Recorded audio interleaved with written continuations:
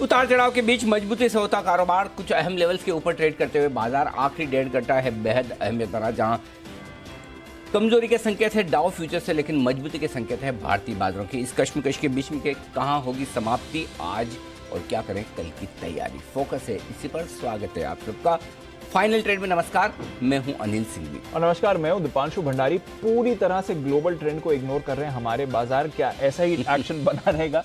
हफ्ते का पहला दिन है, वॉलेटिलिटी भरपूर है, बट रिकवरी के बाद अब कैसी रहेगी चाल, आइए जानते हैं अनिल जी। इन सारे सवालों के जवाब देने के पहले अब तक की बड़ी बातें पहले दीप बता दूं और उसके बाद बड़ा इंटरेस्टिंग डिस्कशन होगा। देखेंगे कि आज क्या कुछ हो रहा है बाजार में, क्यों कुछ हो रहा है, इन सब पर करेंगे विस्तार से चर्चा। लेकिन आइए 17,600 के ऊपर टिके रहने में कामयाब, इनफैक्ट दिन की ऊंचाइयों के करीब पहुंचता हुआ निफ्टी अब 125 अंकों की मजबूती के साथ 41,000 को फिर से हासिल करता हुआ बैंक निफ्टी अब यहां पर आपको नजर आएगा। निचले स्तरों से अब भी 500 पॉइंट ऊपर है बैंक निफ्टी और निचले स्तरों से अब भी 225 पॉइंट ऊपर है निफ्टी। ये है शानदार रिकवरी। और इस रिकवरी आई है बैंक्स के अलावा एनबीएफसी से, आईटी, ऑटो, एफएमसीजी, यहाँ पर अच्छी खरीदारी है। ये सारे इंडेक्स आधा से 1% मजबूत है। सरकारी कंपनियों में, रियल एस्टेट शेयरों में और फार्मा शेयरों में हल्की फुल्की बिकवाली, आधा % तक की कमजोरी वहाँ दिखेगी। और इन सब कमजोरी के बीच दुनिया भर के बाजारों पर नजर डालिए। 250 अंक नीचे है डाउ फ्यूचर्स, उसके बावजूद भारतीय बाजार ऊपर है। इसके अलावा आज ब्रिटेन के बाजार बंद है, वहाँ पर छुट्टी है, लेकिन बाकी बाजारों में भी हाल अगर आप देखें तो यूरोप के बाजारों में अच्छा हल्का फुल्का सुस्ती और कमजोरी का ही माहौल आपको नजर आएगा। समझाएं सर, चल क्या रहा है ये? क्योंकि कोई भी एशियन मार्केट पॉजिटिव नहीं है। हांगकांग 1% नीचे था, बाकी एशिया भी आधा से 1% नीचे है। डाउ फ्यूचर सुबह से कमजोर है, अभी थोड़ी देर पहले तो 200 पॉइंट नीचे था। यूरोप में कमजोरी है, बाकी एसेट क्लासेस में दबाव है। हमारे बाजारों में ऐसा क्या, आउट परफॉर्म तो ठीक है सर, अच्छी तेजी के साथ ट्रेड कर रहे हैं।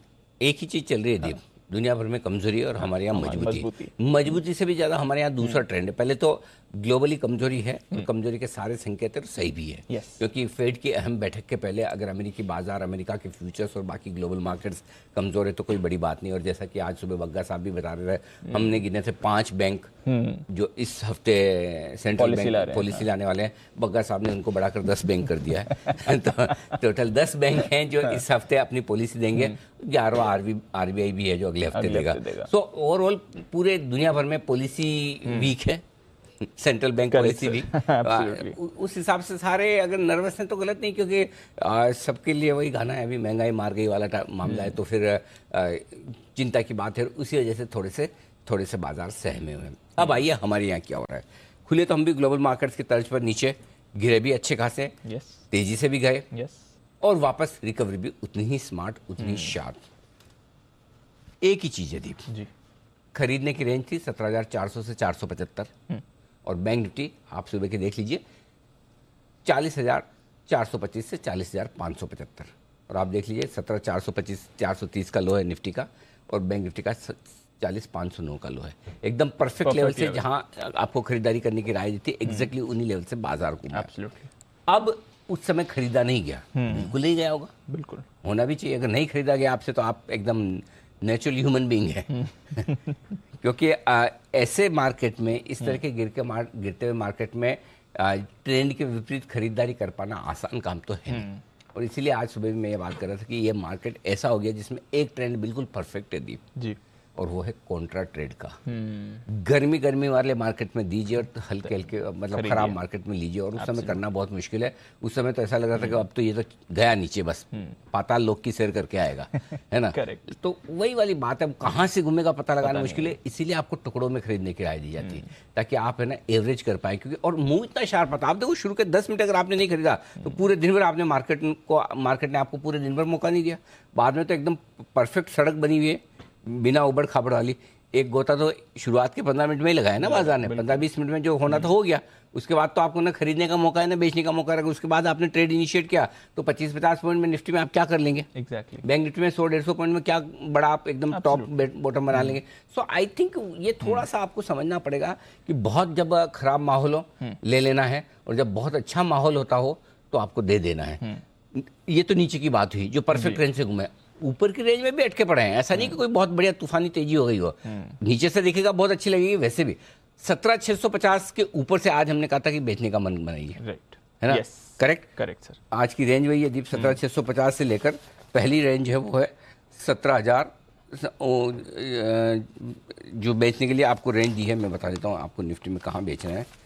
एक सेकंड, 650, 765 और आज का ही 665 का ही है। लगभग उस रेंज में अब आप एंटर कर रहे हैं। 650, 690, 765, ये 3 लेवल है जहाँ पर बेचना। अब इस रेंज में जहाँ पहुँच रहे हैं यहाँ बेचना है।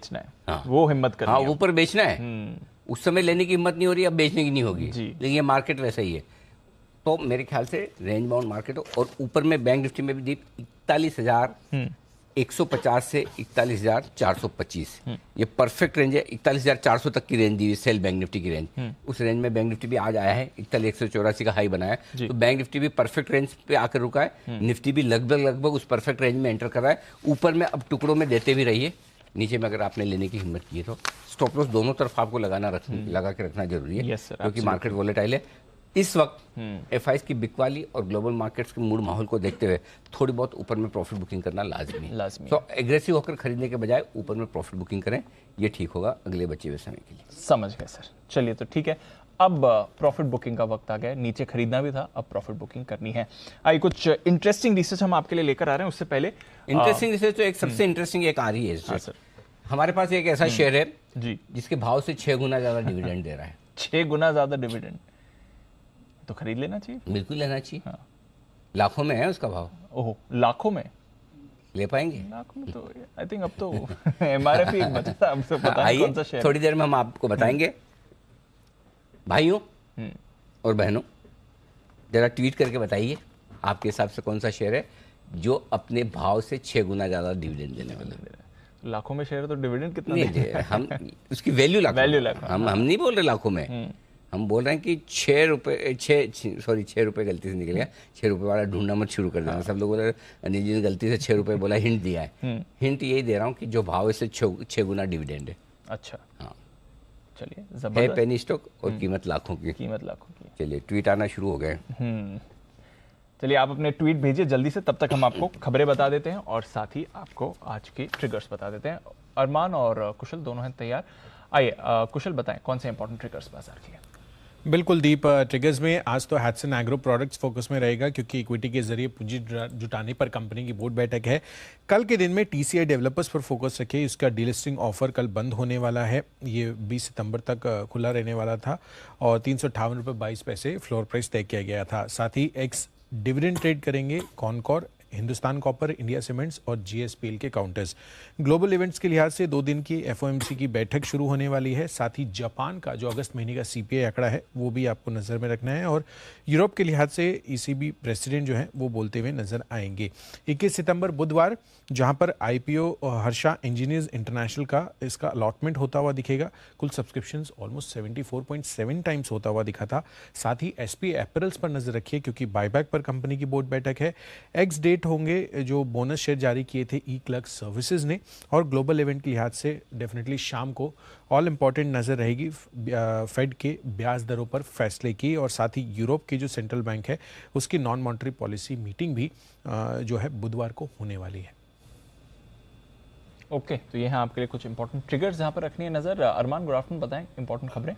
जी, इंपॉर्टेंट खबरें में सबसे पहले इंडिको रेमेडीज पर ध्यान रखिएगा क्योंकि इनको यूएस एफडीए से कंपनी के जो सीआरओ जो क्लिनिकल रिसर्च ऑर्गेनाइजेशन है वहां पर क्लीन चिट मिलती हुई दिखी है। उसी के साथ साथ ये जो जांच हुई थी वो 12 से 16 सितंबर के बीच के दौरान जो है ये जांच की गई थी। पीएसपी प्रोजेक्ट्स पर ध्यान रखिएगा क्योंकि कंपनी को लगभग 168 करोड़ के ऑर्डर मिलते हुए दिखे हैं और ये जो ऑर्डर मिला है वो उनको इंडस्ट्रियल और रेसिडेंशियल सेगमेंट है उसके लिए जो है ये ऑर्डर मिलता हुआ दिखा है। टीवीएस मोटर, जिसमें नेपाल में कंपनी ने टीवीएस 125 रेस एक्सपी जो है वो लॉन्च कर दिया है और इसका बताया जा रहा है कि जो उसकी शुरुआती कीमत है वो लगभग 3,05,900 के आसपास की है। बाइक की? Yes sir. कार से ज्यादा एक्सपेंसिव बाइक हो गई है। कार नहीं ले आदमी है सर, कार के भाव भी तो बढ़ रहे हैं सर। 3 लाख में तो कार भी नहीं आती होगी आज की। नहीं आती ना? अब नहीं आती वो तो एंट्री लेवल की कार 4.5-5 लाख से कम नहीं है। उससे कम नहीं है अब तो। स्वाति को पूछना पड़ेगा सबसे सस्ती कार कौन सी है। तो 3-3.25 लाख रुपए की बाइक है। Correct sir. 125 सीसी वाली। सीसी 125 ही होगा, एक्सपी लिखा है कुछ 125 तो। Yes sir. ओके, बढ़िया है। साथ में टीसीएस पर भी ध्यान रखिएगा क्योंकि जो इजराइल में OFE के जो क्रेडिट यूनियन है उनसे एक उनको ऑर्डर मिलता हुआ दिखा, और ये जो ऑर्डर मिला है ये बैंकिंग सर्विसेज ब्यूरो के लिए जो है ये इनको उसके लिए ऑर्डर मिलता हुआ दिखा है। और अंत में कुछ ब्लॉक डील्स है जिसमें Ambuja cement 9 lakh shares, south Indian bank 64 lakh shares, ITC लगभग 21 लाख शेयर और PNB लगभग 17 लाख शेयरों के कई सौदे किए गए हैं। ओके, तो ये है ढेर सारे आज के एक्शन वाले स्टॉक्स जहाँ पर आपको रखना है फोकस, और यहाँ पर बहुत सारे लोगों का दिमाग बहुत तेजी से चल रहा है, ट्वीट पर ट्वीट आए जा रहे हैं। देख रहा हूँ, चिंता मत करो, सब पे मेरी नज़र जा रही है, और जहाँ तक मेरी नज़र जा रही है मुझे कुछ भी नज़र नहीं आ रहा है। ठीक है, आप अपने जवाब भेजते रहिए, और सब एक ही एक स्टॉक का मत लिखिए, कुछ अलग अलग सोच के भी लिखिए। आइए, तब तक तैयार है जय ठक्कर, और वक्त है कैश का ऑप्शन लेने का।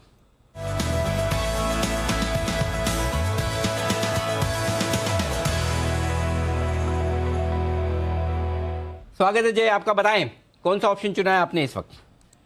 Very good afternoon to energy thanks for the lifetime. मैंने स्टार्ट ऑफ द स्टॉक में ये यूज किया है। रीजन मीन एनर्जी डेटा जो हिसाब से शेप अप हो रहा है, ये एक्सपायरी की है, ये एक्सपायरी की, वो हिसाब से एक जो क्लियर कट रेंज निफ्टी की बनकर आ रही है एनर्जी, वो है 18,050 से 100 ऊपर की तरफ, और 17,150 से 200 नीचे की तरफ। तो ये क्लियर कट एक एनर्जी रेंज निफ्टी की निकल कर आ रही है, और मुझे ऐसा लग रहा है कि we are right in the middle of the range, और आइदर ऑफ द साइड ये टेस्ट होने को definitely Nifty is ready. I mean either Nifty 18,050 की ओर जाएगा स्विफ्टली यहीं से, एंड एल्स 17,150 जा रहा है। और इस डेटा को ध्यान में रखते हैं मुझे ऐसा लग रहा है कि जो सुबह एक पुट ऑप्शन मैंने रेकमेंड किया था 17,200 का, उसके साथ बने रहे, 30 रुपए के आसपास ट्रेड कर रहा है, और उसके साथ ही एनर्जी एक 17,800 का भी आप कॉल ऑप्शन खरीद ले, जो भी ट्रेड कर रहा है 70 रुपए पर, 70 पर खरीद लेने जी।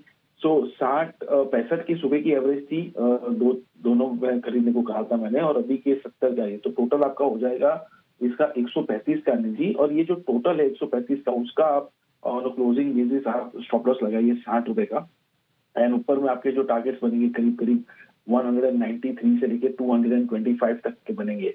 सो एनर्जी मुझे ऐसा लग रहा है कि जो हिसाब से clear cut data shape up हो रहा है, either of the range test होने वाली है, and we are right in the middle of the range, जो एक राइट पॉइंट होता है ये स्ट्रैटेजी जो लॉन्ग ट्रायंगल जिसे कहते हैं वो इनिशिएट करने का। ये है आपके लिए स्ट्रेटेजी, बिल्कुल। तो जय, एक आप ये बोलो कि सुबह वाला जो पुट लिया हुआ है, ठीक है ना, 17,200 का पुट खरीदा हुआ है, वो तो होल्ड करना ही करना है, बराबर है? बिल्कुल, यस। अभी 17,800 का कॉल ऑप्शन और ले लेते हैं, करेक्ट? परफेक्ट। ये कितने में लेना है? इसका स्टॉप लॉस टारगेट अलग से लगाना नहीं है, कंबाइंड स्टॉप लॉस टारगेट रहेगा। लेना कितने में? ये टोटल आपकी 135 रुपए की लागत होगी ऑन एन एवरेज बेसिस, और उसका आपको 60 रुपए का स्टॉप लॉस लगाना ऑन क्लोजिंग बेसिस। दोनों की मिला के 135 की कॉस्ट, दोनों की मतलब पुराने वाली की कॉस्ट होगी, देखो आपके 60 रुपए और 75 रुपए दोनों में आ गया होगा वो, तो बराबर है जी, यस। तो एक तरह से समझो आप 65-68 रुपए की वो कॉस्ट होगी, और लगभग इतने में ये मिल रहा होगा। कितने में मिल रहा है 17,800 वाला? 17,800 का एनर्जी मिल रहा है 70 रुपए में। ठीक है, 70 रुपए में। हाँ, तो बस ठीक है, 70, 135, 130, 35, 40 होगी, बराबर है 135। 60 का स्टॉप लॉस टारगेट बताओ। 193 एंड 225। 193, 225। अब इसको ऐसे लिखो, मैं बता देता हूँ। 17,200 का कॉल ऑप्शन लेना है आपको 65 रुपए में, 17,200 का पुट ऑप्शन लेना है 65 रुपए में, और 17,800 का पुट ऑप्शन कॉल ऑप्शन लेना है 75 रुपए में, 70 रुपए में। दोनों की कॉस्ट होगी 135 रुपये, स्टॉप लॉस 60 रुपये, टारगेट 193 और 235 रुपये। परफेक्ट। जय, जरा टीवी के सामने हो आप? जी, यस अनिल जी, यस। देखो स्क्रीन बराबर आ रही है, परफेक्ट है एकदम, जो लिखा हुआ आ रहा है एकदम perfect. Any objection? No sir. Objection overruled. Okay. चलिए, तो ये है जय की तरफ से आपके लिए एक बेहतरीन स्ट्रेटेजी ऑप्शन खरीदारी करने के लिए आज से। आइए बढ़ते आगे, और हमारे साथ हमारे सहयोगी ब्रजेश कुमार भी जुड़ने की तैयारी में, और बेहद इंटरेस्टिंग खबर वो जय के लिए भी लेकर आ रहे हैं। और कौन कौन है, एक बार जरा मैं सबके दर्शन तो करूं, जरा मेहमान कौन कौन से आ चुके हैं। कुणाल जी, राकेश जी, सुमित जी, वागले साहब, Kiran ji, Ashush, oh foreign return Ashush ji, back to pavilion, सबके सब आ गए। एक मिनट, क्या हो गया भाई? कुणाल जी, राकेश जी हाथ खड़ा कर रहे हैं। बिगुल के लिए। बिगुल जी, कुणाल जी फरमाइए। अनिल जी, जी अनिल जी देखिए, आपकी एक कथन पर अनिल जी आपत्ति है। अभी एक पे? आपने कहा कि देख लेते हैं मेहमान कौन कौन आए हैं, हाँ तो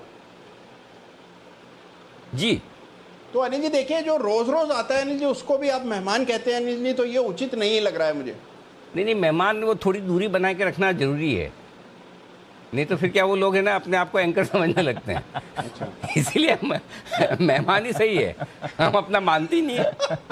कहीं से भी दूर दूर से हमारे अपने नहीं, मेहमान ही है। क्यों दीप? बिल्कुल। हाँ एकदम मेहमान है, हमारी बिल्कुल। सेफ्टी के लिए तो। हमारी खुद की सेफ्टी के लिए, हमारी सेफ्टी हम खुद नहीं रखेंगे तो कौन रखेगा? हाँ अनिल जी, वैसे फायदा भी है अनिल जी। कैसे? अनिल जी देखिए, मेहमान का तो मान रखते ही हैं अनिल जी, तो मान सम्मान भी बना रहता है, इसलिए मेहमान ही ठीक है अनिल जी। अरे बिल्कुल, मान सम्मान तो आप चाहिए जितना लो, कोई कमी है ही नहीं हमारे पास। प्यार, इज्जत, मान सम्मान यही तो है। पैसे मत मांगना बस कभी। नहीं तो पता चला ये सब भी गया। आइए करते हैं शुरुआत। आप सबका स्वागत है एक बार। जल्दी से फॉरेन रिटर्न हमारे आशु जी आए हैं, बिल्कुल, तो उनका स्वागत कर लिया। अच्छा, एक कुछ बंसल जी भी कहना चाहते थे। जी बंसल जी। अरे अनिल जी, हमने तो अनिल जी बुधवार के मतलब कि शुक्रवार क्लोजिंग से एक बिगुल भी नहीं बजाया चार्ट कॉर्नर का। आशु जी समय ज्यादा लेंगे तो पहले हमारी चार्ट कॉर्नर के बिगुल की गुजारिश है अनिल जी। मतलब कि फ्राइडे 2 बजे के बाद का आज का पहला बिगुल अनिल जी। अच्छा, फ्राइडे से काम नहीं किया, चलो अब कर रहे हैं तो आशु जी प्रोत्साहित करेंगे। बिल्कुल, कुणाल जी, राकेश जी के लिए चार्ट कॉर्नर का।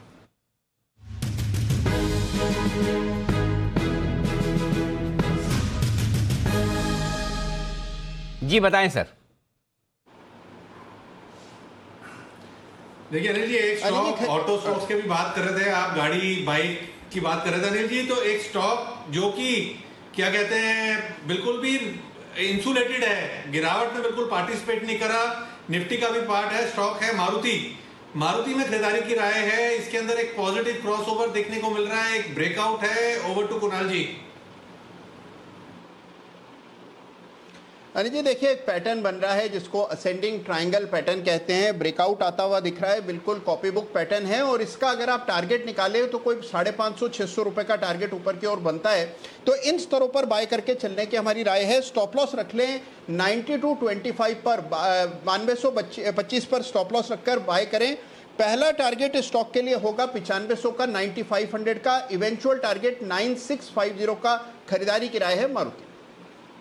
यह खरीदारी आपको। और एक बहुत ही बेहतरीन एक्सक्लूसिव खबर आने की तैयारी में है।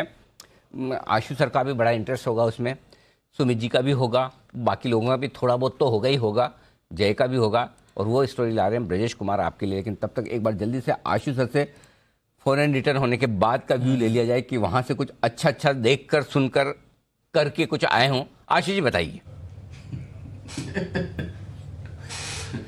Anil ji, thank you so much Anil ji. एक तो आपको Anil ji in person thank you, जो आपने उस दिन कनेक्ट किया वहाँ पे, मतलब इतने लोगों को खुशी हुई है आपसे जुड़ के, आपको लाइव देख के कि मैं बता नहीं सकता। मतलब लोगों की फैमिलीज तक के फोन आए कि मतलब it was such a great experience जो लोगों ने शेयर किया। तो अनिल जी थैंक यू सबसे पहले उसके। Coming back to the market Anil ji, market में जो न्यू हाई बना उसके बाद हमने एक ही दिन में या एक डेढ़ ट्रेडिंग सेशन के अंदर एक शार्प करेक्शन देखी। तो अनिल जी मुझे लगता है कि वहां पे एक प्रॉफिट बुकिंग जरूर हुई है और स्मार्ट मनी ने उस चीज को एनकैश किया। और जिस तरह से अनिल जी नीचे आके रुक गया है, मुझे लगता है कि अनिल जी थोड़ा सा कॉशियस स्टैंड रखना चाहिए। यहाँ से 17,200 तक भी निफ्टी आ सकता है और बैंक निफ्टी में भी गिरावट थोड़ी सी देखी जा सकती है। शॉर्ट कॉल अनिल जी बहुत ज्यादा नहीं है, लेकिन ये एक ऐसा जंक्चर है कि जहां पे हमारे को लॉन्ग अनवाइंडिंग कर लेनी चाहिए, accept Ambuja cement. Anil ji Ambuja cement में मैं बहुत पॉजिटिव हूं और आपको बार बार यहां से रोज हर ऑल्टरनेटिव पे बोल रहा हूं कि वो बिल्कुल बने रहे, चलते रहे। सीमेंट वैसे भी बहुत अच्छा लग रहा है और अंबुजा तो अनिल जी लीड करेगा, इसमें कोई डाउट नहीं है। एक दो अपडेट्स है अनिल जी और एक नया स्प्रेड भी है। अपडेट्स है अनिल जी, बीच में हमारे को लगा था कि शायद मतलब ऐसा होता है ना कि और मरे हुए को कितना मारोगे, तो लग रहा था कि आईटी थोड़ा सा रिबाउंड कर सकता है। तो अनिल जी आपको ध्यान हो, टेकएम और इंफोसिस दोनों का अनिल जी एक कॉल स्प्रेड दिया था 8 रुपए की कॉस्ट पे।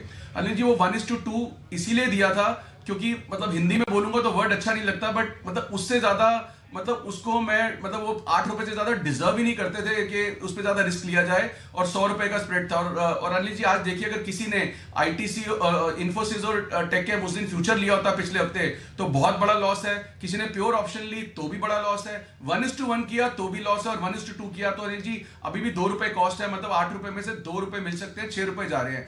तो ये अनिल जी वैल्यू होती है स्प्रेड की, और पर्टिकुलरली जब ट्राई करना हो कि वीक सेक्टर या वीक शेयर में करना हो, उसके अनिल जी आप ज्यादा पैसे सब्सक्राइब नहीं कर सकते उसको, मतलब it does not deserve that. तो आई थिंक बच गए, और ये एक लेसन भी है सबके लिए कि why spread, why margin is healthy and loss in unhealthy. Anil ji एक इन्फी अगर किसी ने लिया हो ना, उस इन्फी में 40 हजार रुपए जा रहे हैं, 30 हजार रुपए जा रहे हैं, और अभी नीचे के रेट पे, मैं 1900, 1800, 1700, 1600 की बात ही नहीं कर रहा हूं, मतलब अभी जो पीछे बढ़ा। तो समहाउ इन स्टॉक्स में अनिल जी कन्विक्शन नहीं है।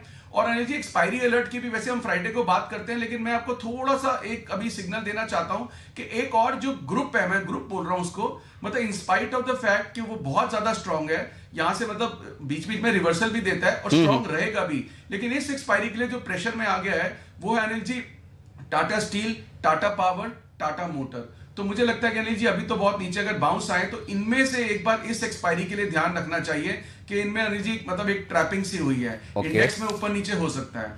अब अनिल जी इंटरेस्ट रेट वगैरह की हम बात कर रहे हैं, वो तो चलता रहेगा, लेकिन जो इस एक्सपायरी अनिल जी थर्सडे के लिए एक स्प्रेड है, एक रियल स्प्रेड है, मैं आपको देना चाहता हूं, और अगर आप कहें तो मैं शेयर कर लेता हूं। बिल्कुल सर, क्या कह रहे हैं आप कहें तो मैं शेयर करूं या आप कहें तो मैं शुरू करूं?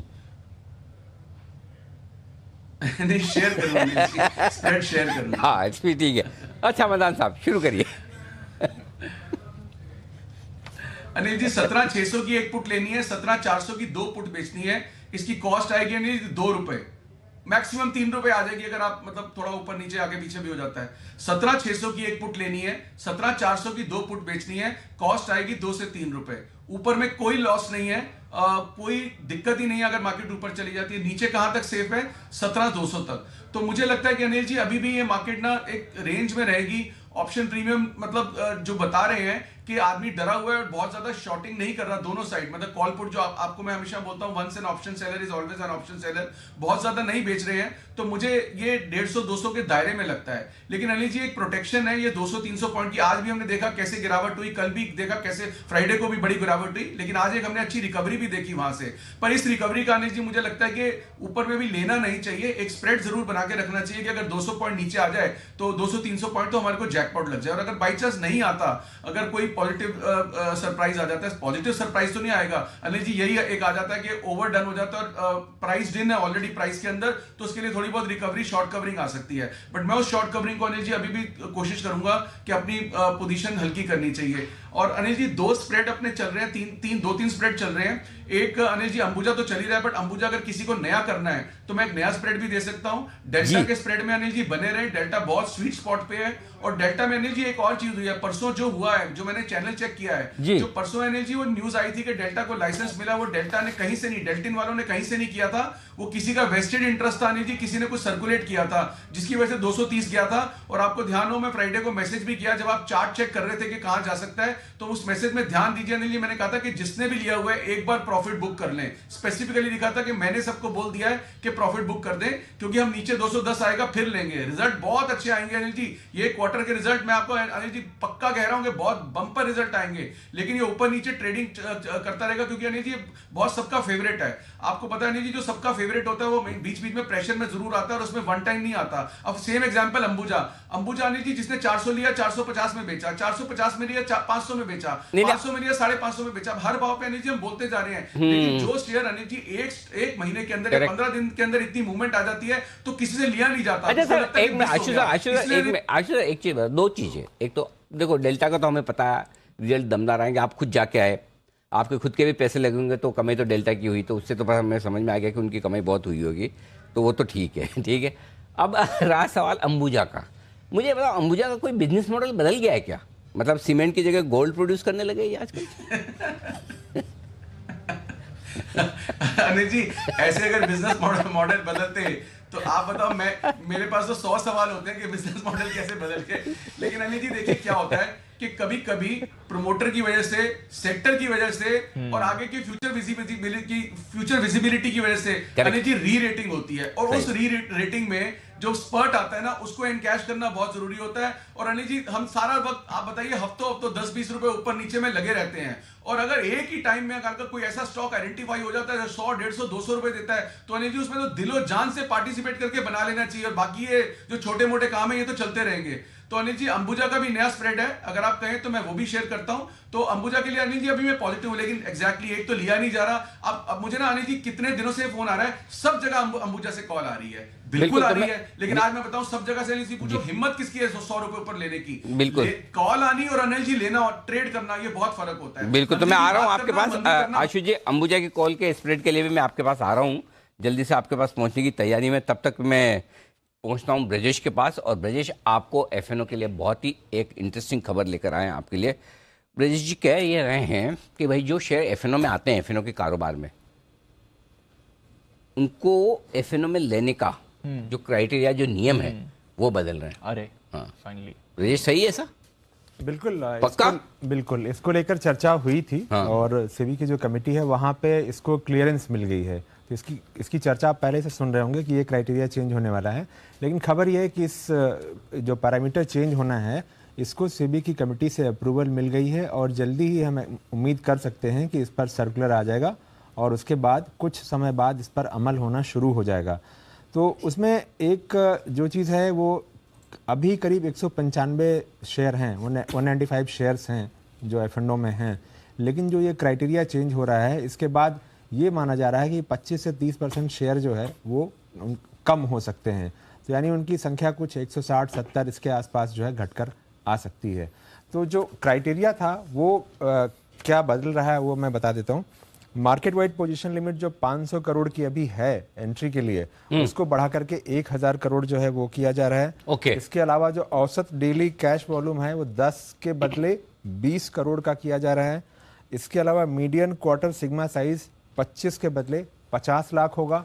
और नया जो कोई भी जिस किसी भी स्टॉक की एंट्री होगी, उसके लिए कंडीशन ये है कि जो भी ट्रेडिंग करने वाले मतलब मेंबर्स हैं, कम से कम 15% या 200 ब्रोकर को ट्रेडिंग उस स्टॉक में करना होगा। मिनिमम जो भी ट्रेडिंग डे है उसके 75% ट्रेडिंग डे में। बाकी तो हो जाएगा। मेन चीज ये बताओ, एक तो ये डेली कैश वैल्यूम 10 करोड़ से 20 करोड़, ये भी कोई बहुत बड़ी बात नहीं लगती। 500 करोड़ से 1000 करोड़ का क्या होना चाहिए? Market wide position limit. Market wide position limit 500 crore से 1000 करोड़ का। हाँ। ये जो ओपन इंटरेस्ट रखते हैं वो बढ़ेगा? बढ़ना चाहिए। ओके ओके, इंटरेस्टिंग है। तो ये 4 नए क्राइटेरिया अब हो जाएंगे। ये 4 नया क्राइटेरिया होगा। और ये चीज़ पहले भी चर्चा चल रही थी इसकी, मई से चर्चा चल रही थी, उसके बाद जुलाई में भी चर्चा हुई, फिर सितंबर में भी चर्चा हुई। कमेटी में सितंबर में जाकर के ये फाइनल हो गया है कि इसको इम्प्लीमेंट कर दिया जाए, और अब सर्कुलर जो है इस पर तैयार किया जा रहा है। तो उम्मीद की जा सकती है कि जल्दी ही इस पर सर्कुलर आ जाएगा, और एक टाइम गैप दे करके कि इस तारीख से इसको अमल में लाया जाना है, और उसके बाद सारे जो पैरामीटर हैं, ये जो एग्जिस्टिंग हैं और जो नए आएंगे, सब पर जो है लागू कर दिया जाएगा। तो आशु सर, जो ये नए नियम आ रहे हैं जिनके दम पर अब एफएनओ में शेयर आएंगे, तो बाकी नियम तो ठीक है, लिक्विडिटी से जुड़े हुए हैं ना, कि डेली कैश वॉल्यूम आपका 10 करोड़ के बजाय 20 करोड़ होना चाहिए, मीडियन क्वार्टर सिग्मा 25 लाख के बजाय 50 लाख, यानी कि लिक्विडिटी पूरी है कि नहीं है। नए शेयर की एंट्री के लिए प्रोडक्ट सक्सेस फ्रेमवर्क वगैरह वो सब देखा जाएगा। लेकिन मार्केट वाइड पोजीशन लिमिट जो है वो 500 करोड़ से 1000 करोड़। तो क्या ये समझा जाए कि अब एफएनओ में ज़्यादा पोजीशन बनाई जा सकेगी और जल्दी से स्टॉक बैन में नहीं आएगा, ये समझना ठीक है? बिल्कुल अनिल जी ठीक है। और इससे एक और भी चीज अनिल जी मजा आएगा कि इससे वॉलिटिलिटी बढ़ जाएगी। तो ये जो अगर बैन में नहीं आएगा तो अनिल जी अगर एरिया ऑफ ऑपरेशन बड़ा हो जाता है तो बड़ी पोजीशन ली जा सकती है, बड़े ट्रेड्स हो सकते हैं, तो वॉलिटिलिटी भी बढ़ेगी, ट्रेडिंग भी बढ़ेगी, लिक्विडिटी भी। अनिल जी गेम तो सारी की सारी एफएनओ की तरफ शिफ्टिंग होती जा रही है, हम जितना मर्जी बोले, लेकिन अनिल जी ये बहुत अच्छी चीज है। जो एफएनओ ट्रेडर हैं जो कभी कभी अनिल जी बैन की वजह से ट्रैप हो जाते हैं, जैसे डेल्टा है अनिल जी, पॉपुलर स्टॉक्स हैं, जरा सा भी अनिल जी कुछ न्यूज आई, अंबुजा देखिए, अगर एक 2 दिन की मूव के बाद एकदम बैन में चला गया क्योंकि एक वेस्टेड इंटरेस्ट आया या स्क्यूड इंटरेस्ट आया। तो इस तरह में अनिल जी ये लोग अगर बड़ा अमाउंट बड़ा होगा, मतलब अगर ये बड़ी लिमिट मिलेगी तो अनिल जी ये तो मार्केट के लिए बहुत अच्छा है, क्योंकि ये this is Anil ji ban में जाता है ये डेट्रीमेंटल है। लेकिन मतलब एक इन्वेस्टर और ट्रेडर के लिए आपका ट्रेड सही है तो कोई बात नहीं, गलत है तो अनिल जी आप रिपेयर नहीं कर सकते, डैमेज कंट्रोल नहीं कर सकते। व्हाट इज द बेस्ट चीज ऑफ एफएनओ मार्केट अनिल जी, मैं आपको बताता हूं, कैश वर्सेस एफएनओ। जो मैं मानता हूं कि एक सारी चीजें, अगर एक चीज मैं बोलूं कि एफएनओ में आप अपना लॉस मिटिगेट करने के लिए option, hedge, double hedge, triple hedge, कुछ भी एक स्ट्रैटेजी बना के कुछ ना कुछ कर सकते हैं अनिल जी। एक डैमेज जरूर होगा, डैमेज कंट्रोल कर सकते हैं। कैश मार्केट में Anil ji no damage control, ऊपर गया तो पैसे मिलेंगे, नीचे गया तो लॉस है, और आप हाथ पे हाथ धर के देखे जा रहे हैं और भगवान का नाम ले रहे हैं कि ऊपर चला जाए। सो ये अनिल जी से जितना मर्जी कोई बोले कि एफएनओ मार्केट ट्रेडिंग है, बट मैं उसको बहुत वैल्यू देता हूं अनिल जी इस बात को। ना ठीक बात है। देखो अपने तो सिंपल है आशुतोष, जो समझ में आए वो काम करने का। ये तो डिपार्टमेंटल स्टोर है स्टॉक मार्केट का, जिसको जो समझ में आए वो करो। जिसको फ्यूचर समझ में आए फ्यूचर, ऑप्शन समझ में आए ऑप्शन, कैश समझ में आए A group, B group, Z group, penny stock, आपकी मर्जी है।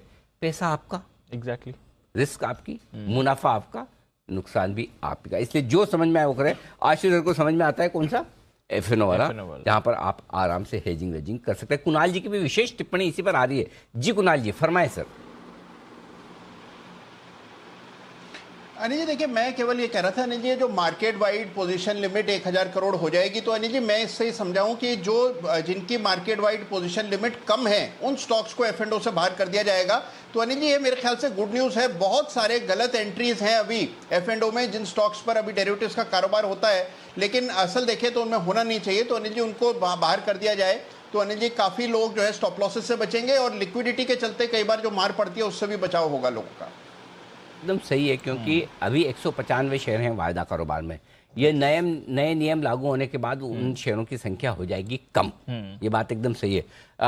कब नियम लागू होने वाले ब्रजेश जी, कुछ अंदाजा है? विदिन एक महीने के अंदर करीब, अच्छा महीने भर में, करीब महीने भर में सर्कुलर फाइनल होकर आ जाएगा, और उसके बाद उसकी जो टाइमलाइन दी जाती है, एक सर्टेन डेट दिया जाएगा कि इसके बाद से जो नए स्टॉक्स की एंट्री होगी उनके लिए एप्लीकेबल होगा, और एग्जिस्टिंग के लिए भी होगा कि उन पर कब से लागू होना है। Perfect, okay. तो ये है आपके लिए नए नियमों के मुताबिक पूरा का पूरा एक्शन। आइए बढ़ाते हैं इसी एक्शन को आगे, और 2:30 हो क्या समय एकदम सेठी साहब से मुलाकात करने का। लेकिन सेठी साहब के मुलाकात करने के पहले कतार में उनसे कहीं आगे, बहुत आगे सचिन जी खड़े हैं, BTS double T.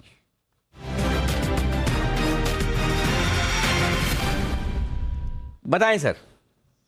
Good afternoon Anil ji, good afternoon Deepanshu. Anil ji यहाँ पर क्लियरली ऑटोज आउट परफॉर्म कर रहे हैं, उसमें से मारुति का स्ट्रक्चर अभी भी वैलिड है on the positive side. Thursdays के लो को भी इसने वायलेट नहीं किया है। जिस तरीके से फ्राइडे के लो बनाने के बाद भी रिकवरी अच्छी हुई थी, आज के सत्र में भी जिस तरीके से इसने एक ब्रेकआउट लेवल को रिस्पेक्ट किया है, वहां से ये रिबाउंड हुआ है। तो अभी भी मारुति में खरीदारी करने की ही सलाह है। स्टॉप लॉस आपको लगाना है 9170 पे, एंड जिस तरीके से inverse head and shoulder pattern formation की नेकलाइन से घुमा है, तो मुझे लग रहा है जो पैटर्न टारगेट है लगभग 9555 के आसपास का, मुझे लग रहा है वो भी हासिल हो जाना चाहिए। तो खरीदारी करनी है मारुति के फ्यूचर्स में, जो लगभग अराउंड 9270 के आसपास फिलहाल ट्रेंड हो रहे हैं। स्टॉप लॉस 9170 का लगाना है, एंड टारगेट होगा 9555 का। 555 के टारगेट के लिए करे खरीदारी मारुति। आइए सेठी साहब के लिए बिगुल सदाबहार सेठी साहब की short term pics.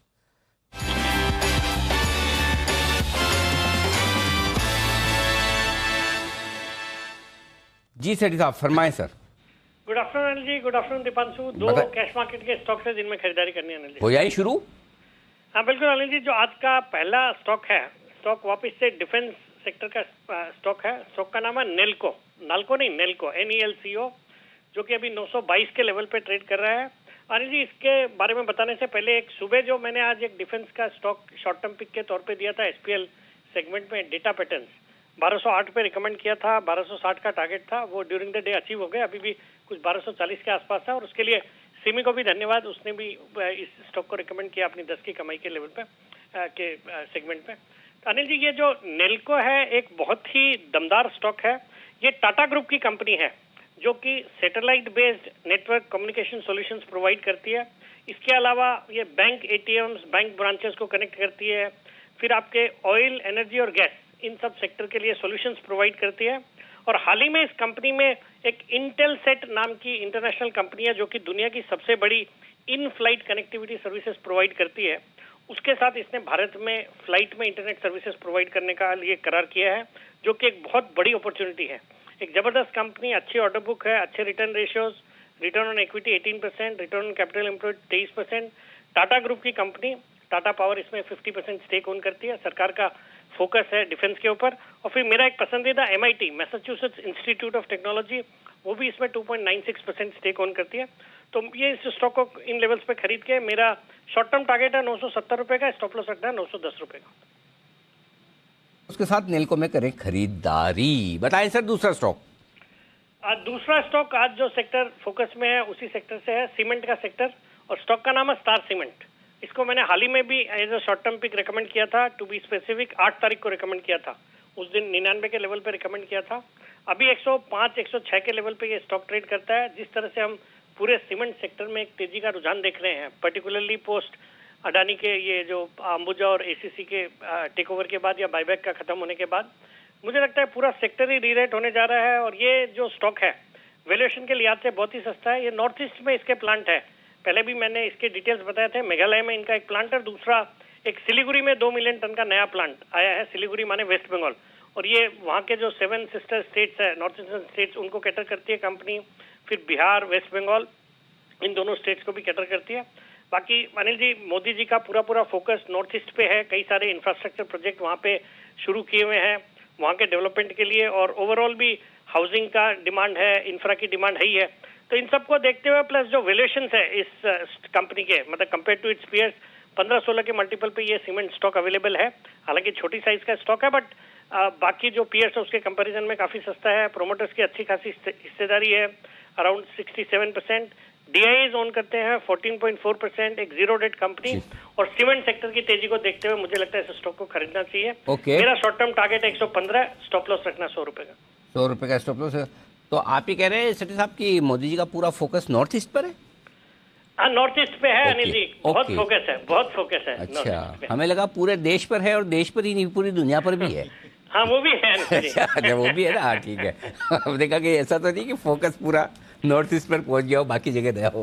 Anil ji, जो दूसरा स्टॉक था नेल्को, उसमें सर्किट लग गया। अच्छा, उसमें 5% की सर्किट की लिमिट है शायद। 5% की है? हाँ, 958 का सर्किट लग गया। चलिए, बधाई स्वीकार करें। 970 के टारगेट के लिए कल आपको करना होगा इंतजार, क्योंकि डन फॉर द डे। आज का कार्यक्रम समाप्त। धन्यवाद सेठी साहब, कल सुबह होगी आपसे फिर मुलाकात। आइए, तो ये है सेठी साहब की पिक्स पर लेते हैं अनिल जी से उनकी मार्केट स्ट्रैटेजी।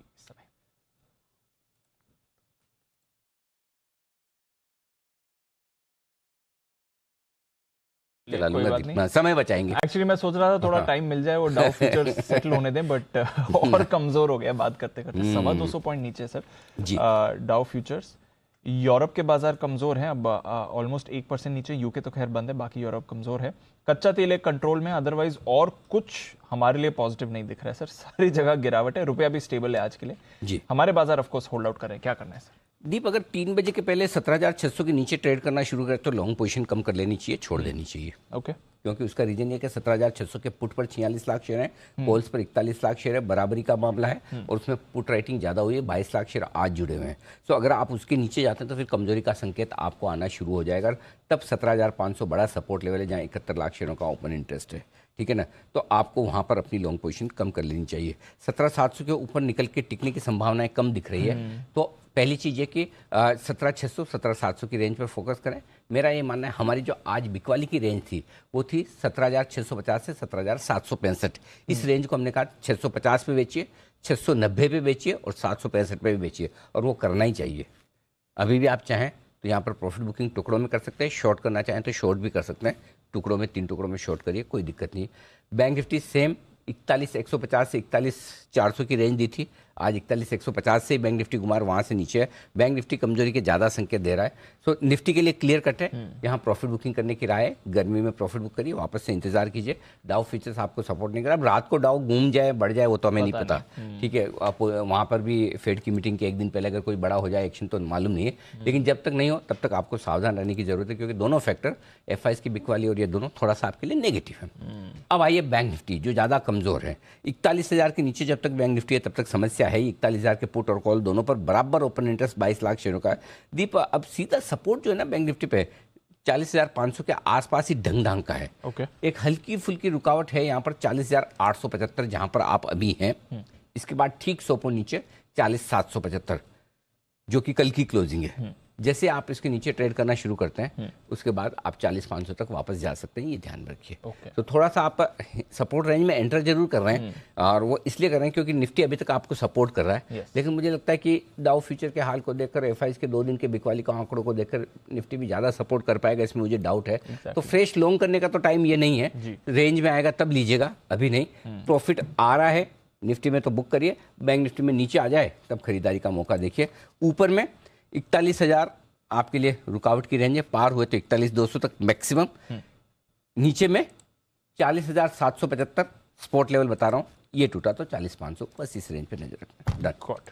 जी ठीक है, तो ध्यान रखिए और ऊपर के लेवल्स पर मुनाफा जरूर वसूलिए, ये अनिल जी की सलाह। ओके, चलिए बढ़ते आगे और कुछ स्टॉक्स हैं जहां पर एक्शन भरपूर होता हुआ दिखा है। और बाय द वे जो नेशनल लॉजिस्टिक्स पॉलिसी आई है उस पर भी हम डीपीआईआईटी सेक्रेटरी अनुराग जैन साहब से थोड़ी देर में मुलाकात करेंगे, उनसे समझेंगे कि इस पॉलिसी के क्या मायने, क्या मतलब है। उससे पहले एक बड़ी और एक्सक्लूसिव रिसर्च से ज़्यादा इन्फॉर्मेशन जिसकी हमने बात की थी कि हम आपको बताएंगे।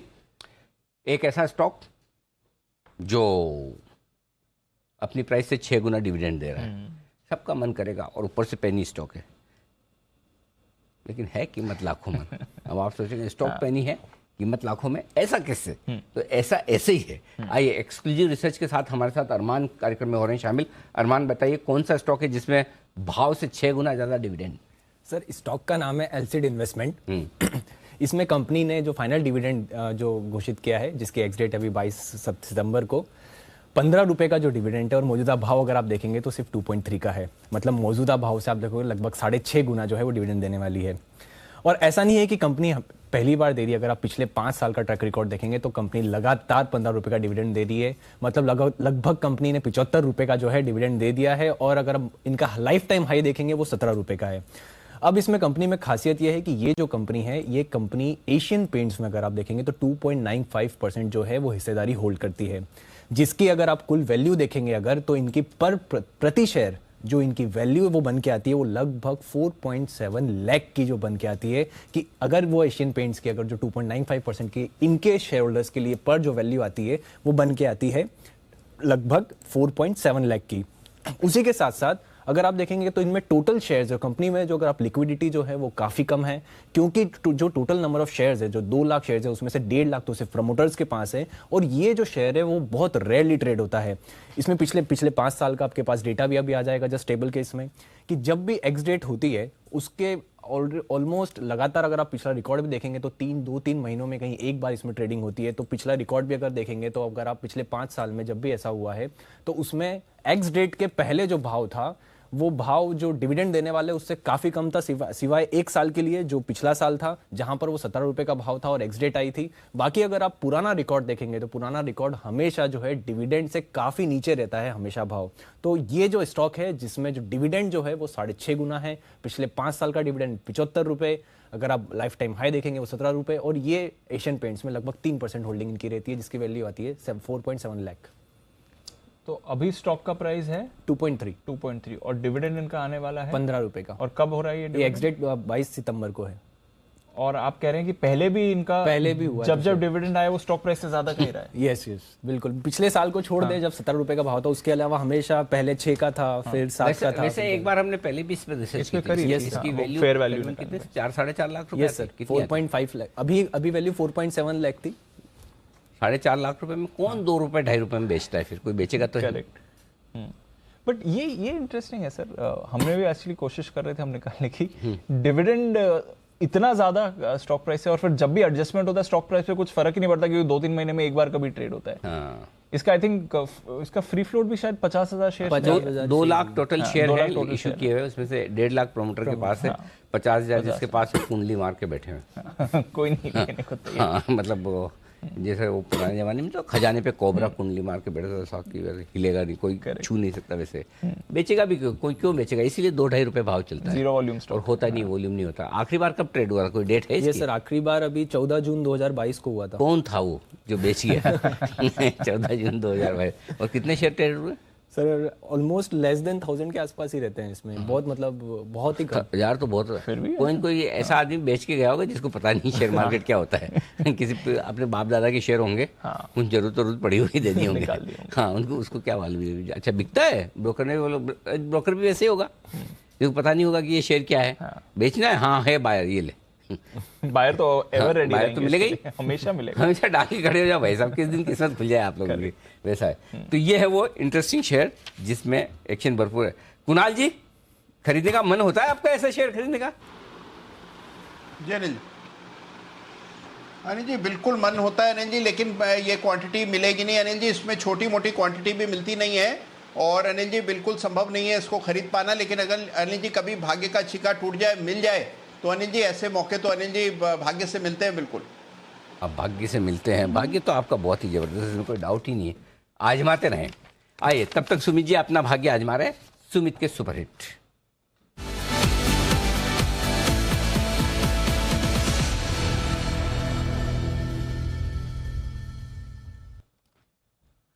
बताएं सुमित जी।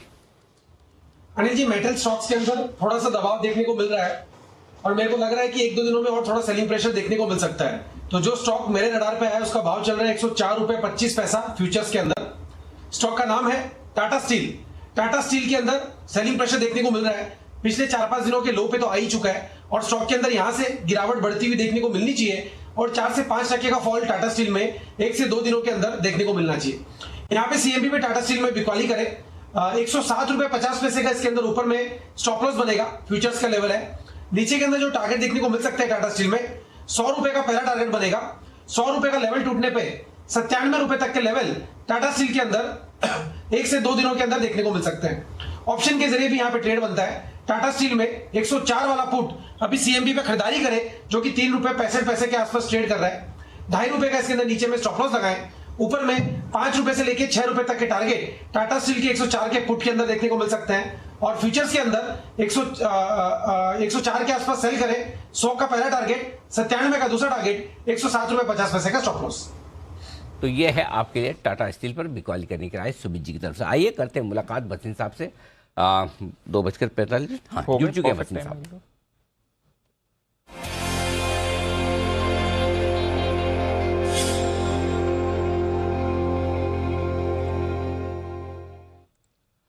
बसिन साहब स्वागत है आपका। बताएं सर, बाजार वोलेटाइल है, क्या करना है, खरीदारी, बिकवाली, प्रॉफिट बुकिंग, बताएं सर क्या है व्यू? तो अनिल जी हमारी मार्केट बहुत स्ट्रॉन्ग रेजिलियंस दिखा रही है, this is despite all odds.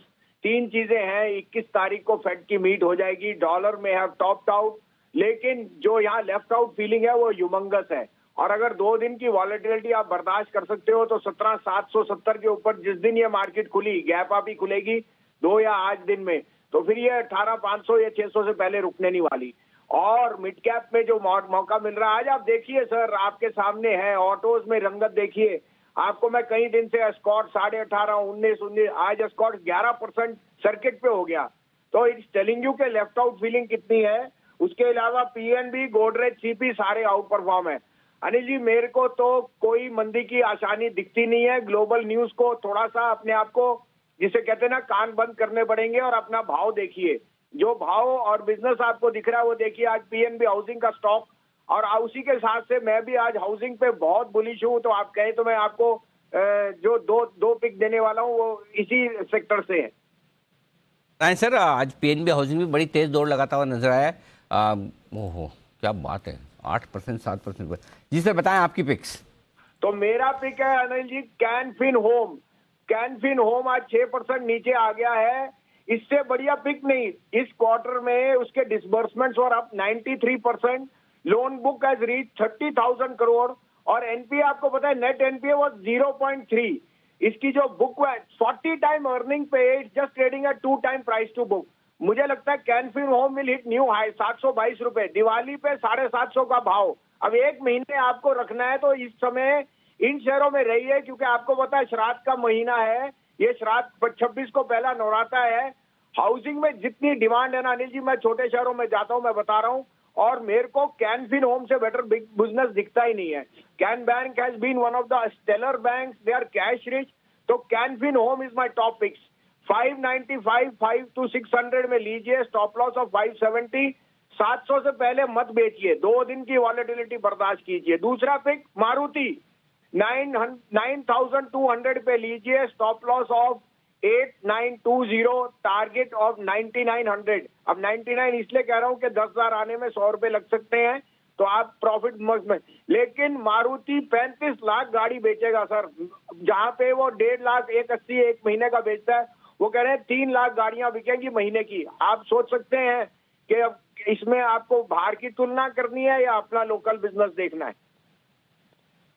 Fin Holmes और मारुति 2 बेहतरीन पिक्स हैं बस इन साहब की लिस्ट में जहां पर खरीदारी करने के लिए आए। धन्यवाद सर, और कल सुबह 9:45 बजे फिर से आपसे हम करेंगे मुलाकात। आइए तब तक बढ़ते हैं आगे, और अब वक्त है आशु सर के लिए एक बिगुल का, स्विंग के सुल्तान आशु मदान।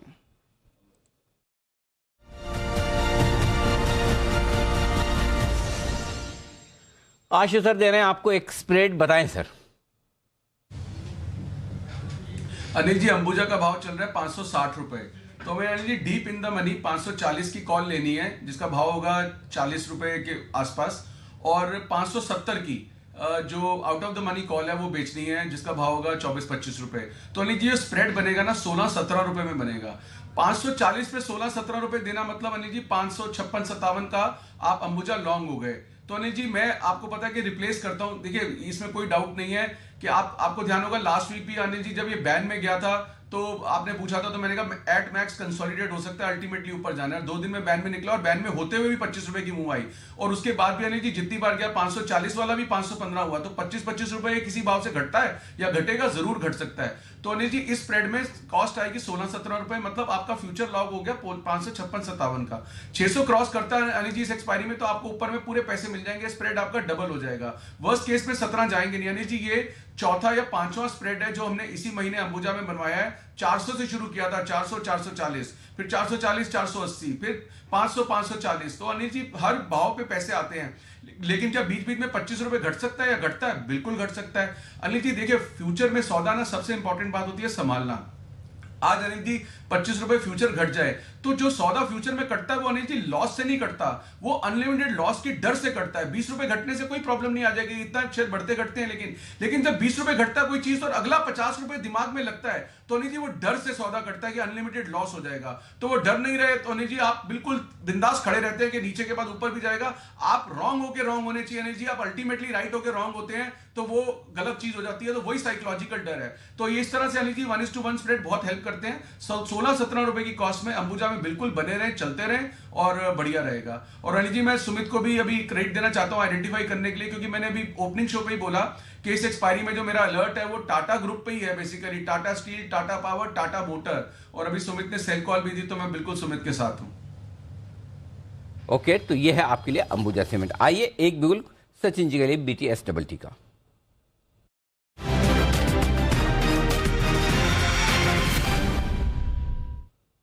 जी सचिन जी बताएं सर।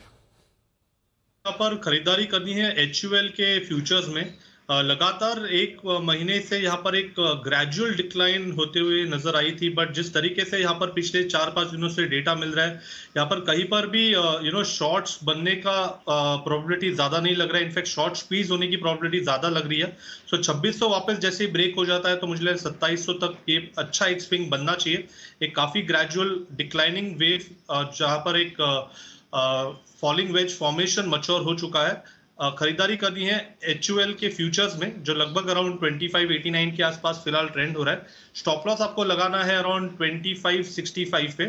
पहला टारगेट होगा अराउंड 2640 का एंड पोजिशनल टारगेट होगा अराउंड 2700 का। खरीदारी करनी है HUL के फ्यूचर्स में।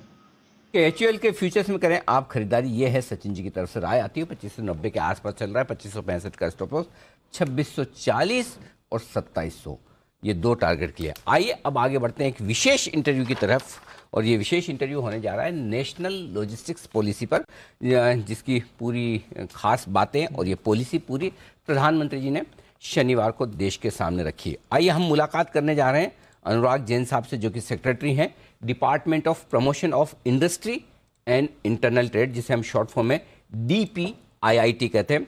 एक बार अनुराग जैन साहब का परिचय दूँ, वो सेक्रेटरी तो हैं ही इस डिपार्टमेंट के, लेकिन उसके अलावा आपने IIT खड़गपुर से इलेक्ट्रिकल इंजीनियरिंग में 1986 में आपने डिग्री ली है। IAS ऑफिसर आप 1989 में बने हैं। MP काडर से आप हैं। MA किया है आपने पब्लिक एडमिनिस्ट्रेशन में मैक्सवेल स्कूल USA से 2005 में। इसके अलावा विभिन्न पदों पर आप रहे हैं सरकार में और सेवाएं अपनी दी है। और एक और इंटरेस्टिंग बात जी, टेनिस में आपने 11 से ज़्यादा नेशनल मेडल्स जीते। वाह, क्या बात है। और क्रिकेट और बाकी सारे स्पोर्ट्स के भी बड़े शौकीन हैं। जैन साहब, बहुत बहुत स्वागत है आपका। धन्यवाद सर समय देने के लिए। सबसे पहले जो पॉलिसी का ऐलान हुआ है, इस पॉलिसी में जो बताया जा रहा है कि भाई 14% के आसपास अभी लागत आती है हमारे यहाँ। लॉजिस्टिक कॉस्ट जो है हिंदुस्तान में, उसे 10% से तक नीचे लाने का इरादा रखती है सरकार। बड़े एग्रेसिव और एम्बिशियस टारगेट बनाए हैं। ये बताएं सर, इसके लिए कोई टाइमलाइन तय की गई कि कब तक आप ये हासिल करना चाहते हैं? जरूर, इसके लिए टाइमलाइन भी तय की गई है। यदि आपको याद हो, पिछले वर्ष अक्टूबर 2021 में 13 अक्टूबर को PM गति शक्ति पोर्टल को लॉन्च किया, नेशनल मास्टर प्लान को लॉन्च किया गया था। उस नेशनल मास्टर प्लान के साथ हम लोग एक इंफ्रास्ट्रक्चर को होलिस्टिक तरीके से देखना शुरू किया और उसके बहुत अच्छे परिणाम आने शुरू हुए हैं। तो इंफ्रास्ट्रक्चर में सुधार होना शुरू हो गया है।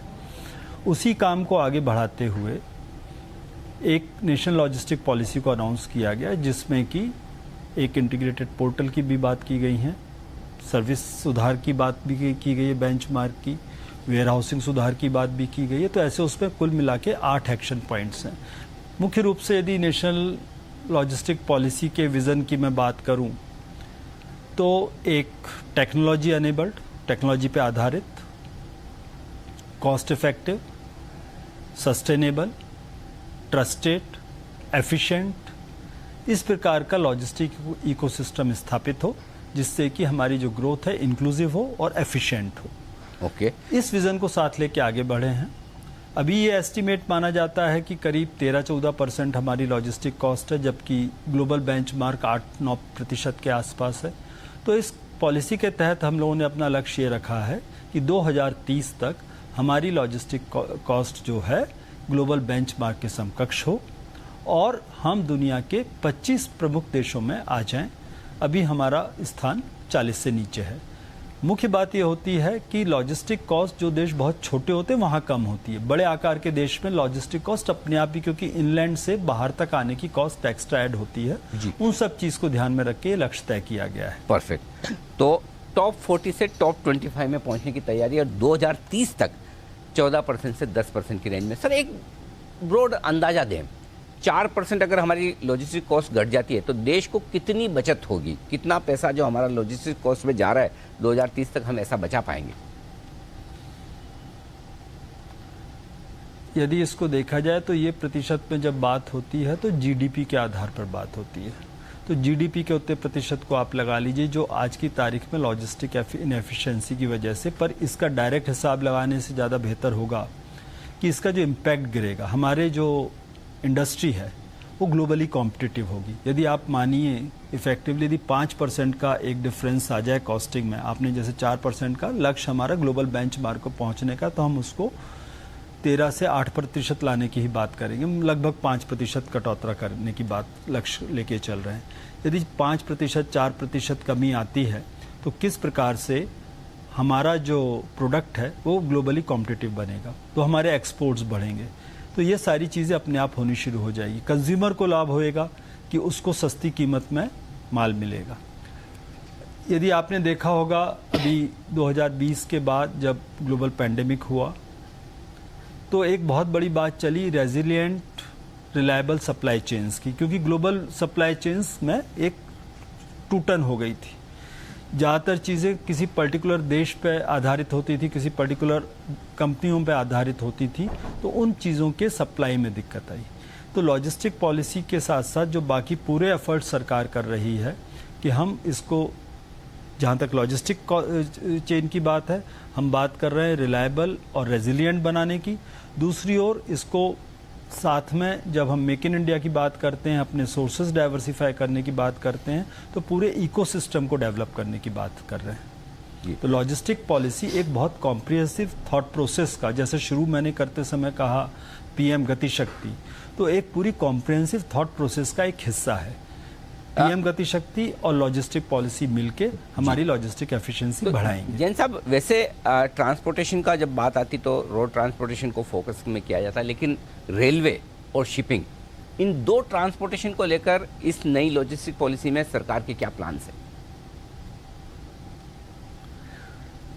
इसमें बिल्कुल लक्ष्य स्थापित किए गए हैं। आज की तारीख में यदि हम लोग देखें तो ये तो सामान्य बुद्धि से हमें समझ में आता है कि जब कोई चीज़ रोड से जाती है तो उसकी ट्रांसपोर्टेशन कॉस्ट महंगी पड़ती है। रेलवे से जाएगी तो उससे सस्ती पड़ेगी और वाटरवे से जाएगी तो उससे भी सस्ती पड़ेगी। तो इसमें एक लक्ष्य ये भी है कि हमारा जो कंट्रीब्यूशन रेलवे का है और वाटरवेज का है, यदि आपने ध्यान हो तो पिछले कुछ सालों में इनलैंड वाटरवेज पे काफ़ी तेज़ी से काम हुआ है, जो पहले काफ़ी नेग्लेक्टेड रहा करता था। तो इनलैंड वाटरवेज रेलवे का अधिकतर उपयोग, जिसका रिजल्ट ये आएगा कि जब हम परसेंटेज टर्म्स में बात करेंगे तो रोड से जो ट्रांसपोर्ट होने वाली है उस प्रतिशत पे कमी आएगी, उन प्रतिशत में बढ़ोतरी होगी। तो एज ए रिजल्ट इसकी वजह से भी, मोडल शिफ्ट की वजह से भी हमारी कीमतों में कमी आनी है। हमारे द्वारा इस पर भी ध्यान दिया जाने की बात है कि मल्टी मोडल कनेक्टिविटी, अभी मान लीजिए आप रेल से ट्रक पे जाना है या रेल से शिप पे जाना है तो उसके बीच में गैप्स होते हैं। रेल स्टेशन किसी पर्टिकुलर पॉइंट तक पहुंचा, वहां से जब पोर्ट पे लोडिंग हो रही है, उन सिस्टम्स को ऑटोमेट करके जिससे कि पूरा सीमलेस ट्रांजिशन हो। इस लॉजिस्टिक पॉलिसी में हम लोगों ने स्टैंडर्ड्स की बात भी की है। तो जो स्टैंडर्ड्स जब स्थापित हो जाते हैं उसकी वजह से एक मोड से दूसरे मोड पर जाना बड़ा आसान हो जाता है। फिर सवाल आपसे जो पूछना चाहता हूँ ये कि क्या नेशनल लॉजिस्टिक पॉलिसी के इस ऐलान के बाद सरकार की तरफ से किसी तरह के निवेश की संभावनाएं हैं इस पूरे स्पेस में, या प्राइवेट सेक्टर के साथ मिलकर काम करने का इरादा है? किस तरह का, या प्राइवेट सेक्टर से भी ज़्यादा निवेश आए उसके लिए क्या किसी तरह की कोई रियायतें, कंसेशंस देने की सरकार योजना रखती है? इसको मैं इस तरीके से कहना चाहूँगा, जहाँ तक इंफ्रास्ट्रक्चर, सबसे बड़े खर्चे की कहानी तो इंफ्रास्ट्रक्चर में थी, जिसकी पीएम गति शक्ति के तहत हम बात कर चुके हैं। हमारे को मालूम है कि नेशनल इंफ्रास्ट्रक्चर पाइपलाइन की बात उसमें हम लोगों ने की थी कि 1.5 ट्रिलियन डॉलर की नेशनल इंफ्रास्ट्रक्चर पाइपलाइन हमारी बनी हुई है, जिसके तहत काम हो रहा है।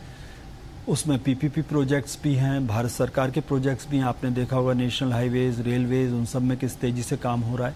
पर उससे ज़्यादा महत्वपूर्ण है कि जो प्रोजेक्ट्स लिए जा रहे हैं उसको समय पे पूरा किया जाए, उनके प्लानिंग को बेटर बनाया जाए, और ये सारा काम पीएम गति शक्ति के अंडर हो रहा है।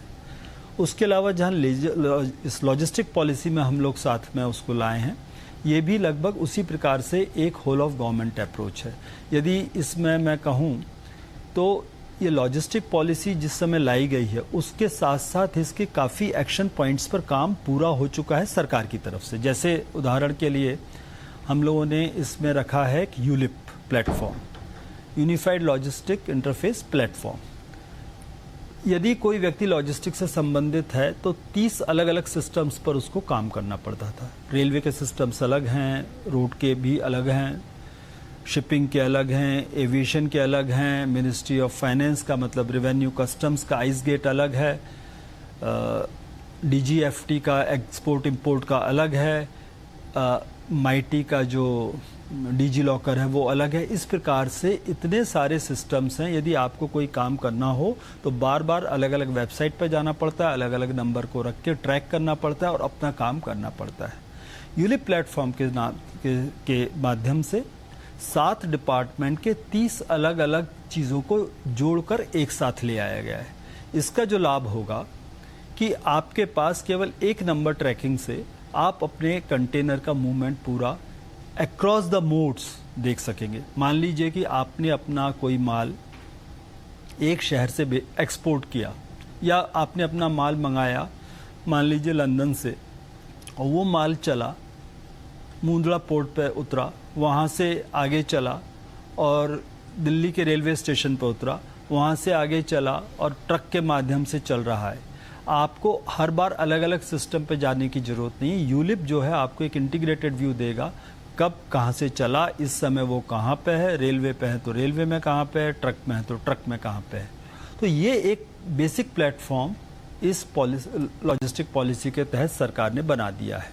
अब प्राइवेट सेक्टर का रोल जो आता है, प्राइवेट सेक्टर इसके ऊपर अपनी एप्लीकेशंस बिल्ड करेगा। जैसे मैं उदाहरण दूं जो बहुत आसानी से लोगों को समझ में आएगा क्योंकि देश में काफ़ी पॉपुलर हो चुका है, यूपीआई सरकार ने एक बेसिक प्लेटफॉर्म तैयार कर दिया। उस यूपीआई के ऊपर ढेर सारे दूसरे लोगों ने, चाहे पेटीएम हो, चाहे गूगल पे हो, चाहे व्हाट्सएप पे हो, उन्होंने अपनी एप्लीकेशन तैयार की जिसके माध्यम से आम जनता को अपना काम करने में बहुत आसानी हुई। तो ये यूलिप के माध्यम से तमाम दूसरी कंपनीज ऑलरेडी काम करना शुरू कर दी हैं, चाहे वो शिप रॉकेट जैसी कंपनी हो, चाहे आइस कोल्ड जैसी कंपनी हो। वो कंपनी ने अपने अपने प्रोडक्ट्स बना के लोगों को फैसिलिटीज़ देना ऑलरेडी शुरू कर दी है। अब जब ऑफिशियली इसको लॉन्च कर दिया गया है तो अब इस पर बहुत तेज़ी से मुझे लगता है कि हमारे स्टार्टअप्स भी आएंगे और लॉजिस्टिक्स की एफिशिएंसी में काफ़ी बढ़ावा करेंगे। इसी प्रकार से हम लोगों ने जब माननीय प्रधानमंत्री जी ने स्कीम पॉलिसी का लॉन्च किया शनिवार के दिन, तो उसके साथ ही हम लोगों ने अपने ई स्टैंडर्ड बुक जारी की। मतलब किस प्रकार से कंटेनर की साइज़ होनी चाहिए, किस प्रकार से उसकी स्टोरेज होनी चाहिए। तो सारे स्टैंडर्ड्स, चाहे वो BIS के द्वारा दिए गए हों, चाहे WDRA के द्वारा दिए गए हों, उनको एक जगह पे लाया गया। इनकी ग्लोबल बेंचमार्क के साथ कोऑर्डिनेशन किया गया और ये पूरा का पूरा इंडस्ट्री इनिशिएटिव था। ओके। और उसको एक जगह लाया गया जिससे कि इंडस्ट्री उसको फॉलो कर सके। इसी प्रकार से इंडस्ट्री सरकार के साथ किस प्रकार से अपनी समस्या उठा सके। उसी दिन माननीय प्रधानमंत्री जी ने जब लॉन्च किया तो ई-लॉक्स करके एक हमारा जो ऑनलाइन पोर्टल है वो भी चालू किया गया। उस पोर्टल के माध्यम से इंडस्ट्री अपनी समस्याएं सरकार के समक्ष, पॉलिसी इश्यूज को रख सकती है। फिर उसका एक पूरा मैकेनिज्म जैसा PM गति शक्ति के अंतर्गत है, एक सिस्टम्स SIG करके ग्रुप है जिसमें सारे सीनियर सेक्रेटरीज हैं, कैबिनेट सेक्रेटरी महोदय की अध्यक्षता में, वो उन पे निर्णय लेकर उस काम को, उस समस्या को दूर करने की कार्रवाई करेगी। इसी प्रकार से इस ह्यूमन मैन पावर डेवलप करने के लिए, स्किल डेवलप करने के लिए कोर्सेज की डिज़ाइन पूरी कर ली गई है। 102 यूनिवर्सिटीज़ के साथ बात हो चुकी है कि जहां लॉजिस्टिक्स के ऊपर अब कोर्स प्रारंभ हो जाएंगे। इसी प्रकार से सरकारी कर्मचारियों के कैपेसिटी बिल्डिंग के लिए IGOT प्लेटफॉर्म के अंतर्गत कोर्स तैयार कर दिए गए जहां लोग इसको सीख सकते हैं, अपनी स्किल को अपग्रेड कर सकते हैं। इसके साथ जैसा कि माननीय प्रधानमंत्री जी ने भी रेखांकित किया था अपने संबोधन में कि पूरी तैयारी के साथ पॉलिसी लॉन्च की गई है। ऐसा नहीं कि पॉलिसी अनाउंसमेंट करके हमने अपने इंटेंट का ऐलान किया है। ठीक बात है। के साथ ही उस पर एक्शन भी शुरू हो गया है। जी बिल्कुल ठीक बात है सर। और इस पॉलिसी को, इसकी संरचना करने में, बनाने में और इसको सामने लाने में आपका भी काफ़ी बड़ा योगदान रहा है। बहुत बहुत धन्यवाद अनुराग जैन साहब समय देने के लिए और नेशनल लॉजिस्टिक पॉलिसी पर विस्तार से हमारे दर्शकों से बातचीत करने के लिए। तो ये था पूरा का पूरा विश्लेषण इस पॉलिसी का। आगे आने वाले समय में इसके असर आपको जरूर देखने को मिलेंगे। बाजार थोड़ा सा कमजोर होता हुआ दिख रहा है, 17,600 पर आता हुआ दिख रहा है। 3:05 का समय, 17,600 का लेवल जिसकी हम बात कर रहे थे। लेकिन इस बीच बैंक निफ्टी 40,800 पर दिन के निचले स्तरों की तरफ फिर से आने की कोशिश करता हुआ दिख रहा है। वजह है डाउ फ्यूचर्स 350 अंक लुढ़क चुके हैं। डाउ फ्यूचर्स अभी थोड़ी देर पहले 300 पॉइंट से ज़्यादा कमज़ोर थे, तो थोड़ी अमेरिकी बाजारों में कमजोरी बढ़ती दिख रही है। फ्यूचर्स में 1% नीचे है। ये आपके लिए संकेत इस वक्त आते हुए नजर आ रहे हैं। देखना ये कि अमेरिका हमें देखकर रात को खरे में बंद होगा या हम अमेरिका को देखकर कल सुबह कुछ और करेंगे, भगवान जाने। आइए तब तक बढ़ते हैं आगे। घरेलू डिफेंस कंपनियों के लिए सरकार ने एक और बड़ा कदम उठाया है। क्या है सरकार का प्लान, किस कंपनियों को होगा फायदा, डिटेल्स के साथ तैयार है वरुण, बताइए। डेफिनेटली सर, तो हम आत्मनिर्भर बनना चाहते हैं डिफेंस सेक्टर में, ये तो सरकार का कहीं ना कहीं फोकस था ही। उसके तहत लगातार आप देख रहे हैं कि नए ऑर्डर जो है वो डिफेंस सेक्टर में आ रहे हैं। आज खबर ये आई है दरअसल कि भारतीय सेना ने रक्षा खरीद के लिए जो टेंडर है उसको जारी कर दिया है। बंदूक, मिसाइल, ड्रोन, ये तमाम वो चीज़ें हैं जिसके लिए ऑर्डर जो है वो दिया जा रहा है। लड़ाई का सामान, कम्युनिकेशन सिस्टम, स्पेशलिटी गाड़ियाँ, इन सब के लिए टेंडर्स निकाले जा रहे हैं और 1 साल के अंदर बेसिकली इस टेंडर को पूरा करना पड़ेगा। देखिए, आत्मनिर्भर भारत के तहत वैसे ही हमारा जो इंटरनल सोर्सिंग है उसमें लगातार बढ़ोतरी हो रही थी और अब तक की खरीद का जो बजट है उसमें 65% के आसपास का इस्तेमाल जो है वो कहीं ना कहीं भारतीय इक्विपमेंट का हुआ है। सेना ज़्यादा से ज़्यादा उपकरण जो है वो स्वदेशी चाहती है और कहीं ना कहीं इसके लिए 6 महीने के लिए जो प्रोक्योरमेंट विंडो है उसको खोला गया है। उसके बाद 1 साल का समय मिलेगा जब इनको ये ऑर्डर पूरा करना पड़ेगा। करीब 300 से 500 करोड़ के आसपास के ऑर्डर जो है वो दिए जाएंगे। अब तक अगर आप देखेंगे तो डिफेंस एक्विजिशन काउंसिल ने करीब 76-77,000 करोड़ के आसपास के ऑर्डर जो है वो ऑलरेडी ये दे चुके हैं। जिन स्टॉक्स पे आपकी नजर होनी चाहिए उसमें देखिए खासकर बंदूक निर्माण के लिए HAL, BL जैसे कंपनी जो है वहां पे आपकी नजर होनी चाहिए। मिसाइल निर्माण के लिए भारत डायनामिक्स पे सारी तरह की बंदूकें आ जाती है, रिवॉल्वर पिस्टल से लेकर। वो तो नहीं बनाते होंगे अनिल जी, मिलिट्री के लिए बनाते होंगे वो बड़ी वाली। अच्छा, आई डाउट छोटी वाली बनाते हैं। नहीं मैं जस्ट मैंने कहा कहीं रिसर्च की हो आपने तो। नहीं ये नहीं देखा, बंदूक की साइज नहीं देखी। अच्छा ओके ठीक है बताइए। और साथ में ड्रोन के लिए जेनटेक, BL जैसी कंपनीज जो है, DCM श्रीराम, इनका DCM श्रीराम इंडस्ट्रीज, इनका भी कहीं ना कहीं टाइप है, तो यहाँ पे आपको नजर रखनी है। वैसे भी देखिए हमारे देश में लगातार जो घरेलू उत्पादन है उसमें बढ़ोतरी हो रही है। 2014 से अब तक अगर आप देखेंगे तो डोमेस्टिक प्रोक्योरमेंट में करीब 6 गुना से ज़्यादा की बढ़ोतरी हुई। इनफैक्ट एक्सपोर्ट्स में अगर आप देखेंगे तो इतनी बढ़ोतरी हुई है, करीब 13,000 करोड़ रुपए के एक्सपोर्ट हम कर चुके हैं और 2025 तक 35,000 करोड़ के आसपास के एक्सपोर्ट का यहाँ पे सरकार ऑलरेडी प्लान बना चुकी है। अब तक सरकार ने काफ़ी सारे लिस्ट जारी की है जिसको इम्पोर्ट में रोक लगाई है, तो कहीं ना कहीं उसका फ़ायदा भी जो है वो कंपनियों का लगातार मिलते जा रहा है। तो इसके लिए आपको नज़र रखनी है इन तमाम कंपनीज पे जो कि डिफेंस के इक्विपमेंट बनाते हैं, क्योंकि ये इक्विपमेंट जो है वो ज़्यादा से ज़्यादा देश में बन रहे हैं और इसका बड़ा फायदा इन कंपनियों को हो रहा है। इसके आप तमाम कंपनियों की ऑर्डर बुक भी देखिए, जो नए ऑर्डर्स है पिछले सेल्स के मुकाबले अगर आप देखेंगे तो 2 गुना, 3 गुना, 6 गुना ज़्यादा ऑर्डर जो है इन कंपनियों के पास फिलहाल उपलब्ध है। ओके तो ये है आपके लिए सारा का सारा एक्शन इस वक्त डिफेंस शेयरों पर आता हुआ दिख रहा है, जहां पर गजब का एक्शन। आइए बढ़ते हैं आगे और बिगुल है वागले साहब के लिए वागले का वंडर।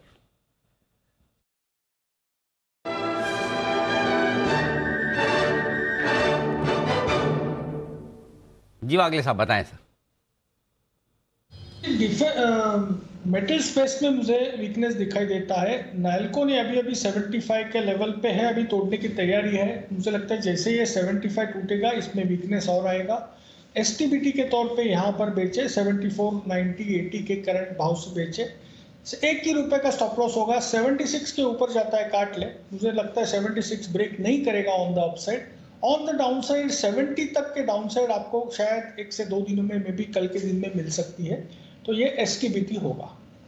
यहाँ पर नेल्को में खरीदारी करनी, अभी माफ कीजिएगा सॉरी, बिकवाली करने की राय, बुरा मान जाएंगे वागले साहब बोले खरीदारी की बात ऐसा।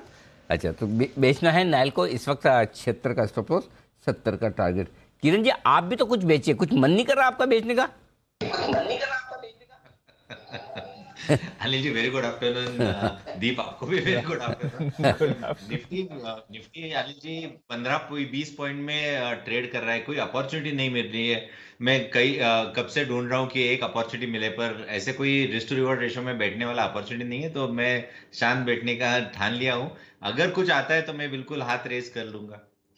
तो ठान के रखो शांत बैठने का, हमने भी ठान रखा, हम थोड़ी थोड़ी देर में आपको अशांत करते रहेंगे।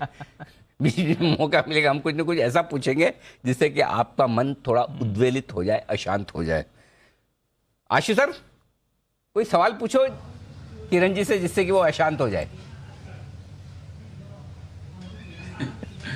अनिल जी मैं किरण जी पे तो नहीं, मैं अभी जो वागले जी ने दी मैं मेटल्स पे जरूर कहूंगा। हाँ। अनिल जी जो मेरी पूरी कमेंट्री हो नहीं पाई थी सेक्टर वाइज जो मैं कहना चाह रहा था, हाँ। अनिल जी फिर बोल रहा हूँ मेटल्स में सिर्फ JSW, Jindal, Vedanta front line में रहना है। ये सेल वगैरह आपको कुछ अगर ध्यान होगा, कुछ महीने पहले मैंने कहा था कि जितने ये नीचे आए हैं 30 to 40% रिकवरी इन स्टॉक्स में होगी, उससे ज्यादा जनरली नहीं देखा जाता जब ये करेक्शन है। तो अनिल जी नीचे का स्टॉक है नाल्को, सेल, फिर ये कॉल्स वॉल आएंगी 70 से 80, 85, 83, 84, 85 जो हुआ था, फिर ये दम तोड़ देंगे। तो नीचे वाले स्टॉक्स में अनिल जी बिल्कुल कॉशियस रहना है।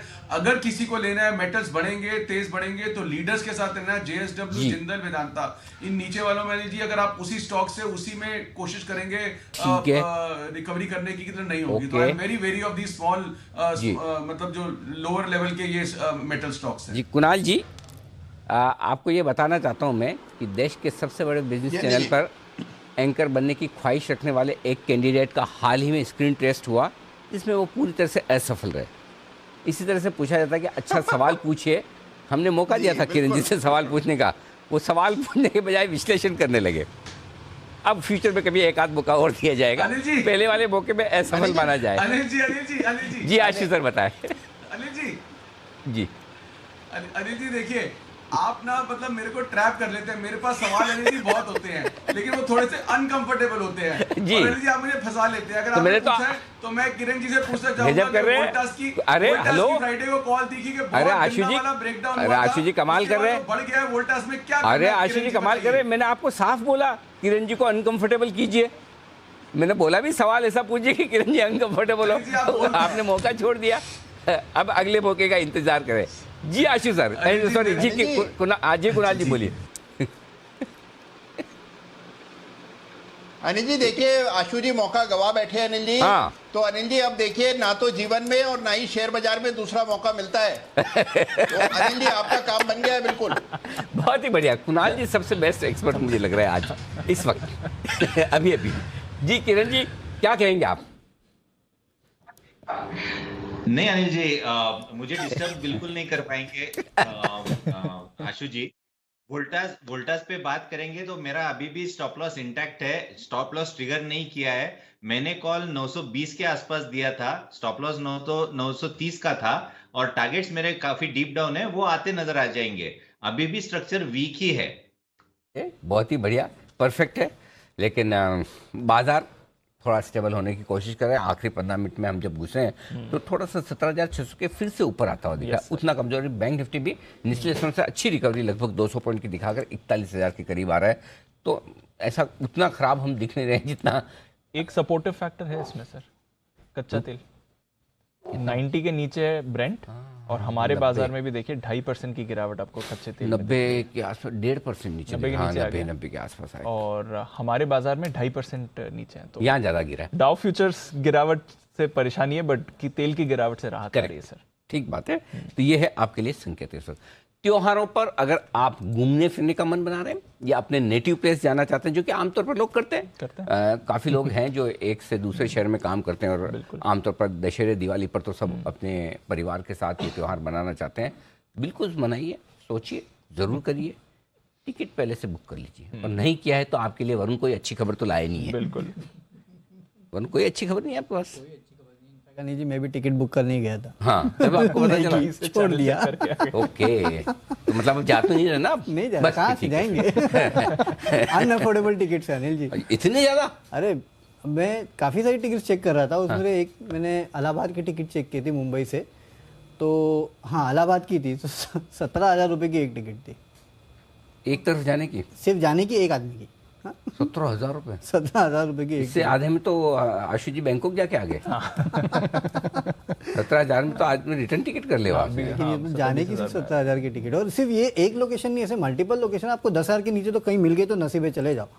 ये हाल है, ये हाल है। बहुत महंगी आने वाली टिकट। खासकर जो मेट्रो सिटीज है ना, मुंबई हो गई, दिल्ली हो गई, यहाँ से जो मेन लोकेशन है, खासकर टियर 2 सिटीज में, यहाँ सब बहुत महंगी टिकट्स है, बहुत ज़्यादा महंगी टिकट्स है। और अभी तो कह रहे हैं कि अभी तो वो अक्टूबर आया नहीं है जब दिवाली की एकदम रश बुकिंग होती है, पता नहीं कहाँ तक चली जाएगी। 25-30 हज़ार की टिकट होगी वो टाइम पे तो फिर। और तो मिलनी भी तो चाहिए उस समय, तो खाली भी होगी तब ना। जिनको करनी हो तो करेगा। आजकल मुश्किल ट्रेन में भी होती है, इजीली मिलती नहीं टिकट ट्रेन में भी, वो भी फुल चलती है। तो क्या क्या कितना क्या महंगा हुआ है जरा बताइए। बेसिकली ऑन एन एवरेज अगर आप देखेंगे अनिल जी, तो टिकट्स के भाव जो है पिछले साल के मुकाबले करीब 30% के आसपास ऑलरेडी बढ़ चुके हैं। दिल्ली, मुंबई, बेंगलोर, कोलकाता, ये वो मेन रीजन्स है जहाँ से टियर 2 सिटीज़ में अगर आप जा रहे हैं तो वहाँ पे दाम जो है वो काफ़ी हद तक बढ़ चुके हैं। और बढ़त का काफ़ी सारा कारण है। अगर आप देखेंगे तो पिछले साल के मुकाबले ATF की कीमतें जो है 80% बढ़ चुकी है। मांग जो है उसमें अच्छी खासी बढ़ोतरी देखने मिली है। पिछले साल के मुकाबले दिवाली और दशहरा में जो फ्लाइट के सर्चेस होते हैं, बेसिकली जो आर्टिफिशियल इंटेलिजेंस है, यही दाम बढ़ाता है, क्योंकि जो सर्च है उसमें करीब 25 से 30-40% के आसपास की बढ़ोतरी देखने मिली है। होटल्स की जो बुकिंग है उसमें ऑलरेडी 5 से 10% के आसपास की बढ़ोतरी हो चुकी है। और ये सब कारण है कि आप देख रहे हैं कि टिकट जो है वो महंगी हो चुकी है। त्योहार पे जो घर जा रहे हैं तो आदमी होटल में क्यों रुकेगा? घूमने भी जाते हैं। घूमने भी जाता है। हाँ, इसके लिए उसमें सिर्फ 5-10% ही हुआ है। हाँ, मतलब और बुकिंग देखो आप 25-30%। अच्छा, ओके, होटल में 5-10% ही बढ़ेगा। होटल उतना नहीं। वैसे एक्चुअली बहुत सारे लोग होते हैं जो, मतलब कुछ लोग तो ऐसे होते हैं जो ट्रेडिशनली दिवाली परिवार के साथ मनाते हैं, और कुछ लोग ऐसे होते हैं जिसको वो एनुअल हॉलीडे समझते हैं कि भाई परिवार के साथ अपनी जो भी न्यूक्लियर फैमिली वाले तो खुद घूमने निकल जाते हैं, जहाँ होंगे वहीं दिवाली मना लेते हैं। और जो जॉइंट फैमिली वाले हैं वो परिवार के साथ। ट्रेंड तो यही है ना? हाँ, यही ट्रेंड है बेसिकली। तो इसी का हो रहा है अब जो भी है। तो चलिए, दिवाली पर टिकटें हो रही है महंगी और हवाई सफ़र आपके लिए होने वाला है महंगा, इस पर नज़र रखिए। स्टॉक्स भी एक्शन में भरपूर हैं और जरा इंडिगो के चार्ट्स पर एक बार किरण जी से राय ली जाए। किरण जी, चार्ट्स पर राय फरमाएं। इंडिगो का चार्ट पैटर्न अगर देखा जाए अनिल जी तो काफ़ी वीकनेस पिछले दिनों में देखने को मिल रही थी। जो चार्ट पैटर्न है वो अभी भी मेरा मानना है कि सपोर्ट के नज़दीक नहीं आ रहा है, बावजूद के एयर फ्राइट्स काफ़ी महंगे हो चुके हैं। टेक्निकली देखा जाए तो मुझे लगता है कि और नीचे के स्तर देखने को मिल जाने चाहिए। जो नेक्स्ट सपोर्ट आता है वो लगभग 1765 1770 के आसपास आता है, वो होल्ड करना चाहिए। पर अगर उसके पहले अगर यू टर्न लेता है तो मेरा मानना है कि जो रेजिस्टेंस है वो बहुत इंपॉर्टेंट काम करेगा और लेवल है 1930 के ऊपर ही मैं एग्रेसिव होकर बाय करने की सलाह दूंगा, नहीं तो करंट लेवल्स पे अवॉइड का सजेशन रहेगा। करंट लेवल पे ये है राय आपके लिए, इंडिगो में कुछ ना करे ये है बेहतर, लेकिन बहुत कुछ करने की वजह से ही स्टॉक्स आते हैं बैन में, यानी कि ज़रूरत से ज़्यादा पोजीशन, और ऐसे में बताया जाता कि अब आगे फ्रेश पोजीशन आप नहीं बना पाएंगे, यानी कि वो शेयर वायदा कारोबार के जहाँ पर वायदा कारोबार में जो पोजीशन बनी है वही आप होल्ड कर सकते हैं, चाहे तो उसे कम कर सकते हैं, नई पोजीशन नहीं बना सकते हैं, और इसे कहते हैं वायदा कारोबार का बैन में आना स्टॉक। आइए, आज की बैन लिस्ट के साथ तैयार है आशीष चतुर्वेदी।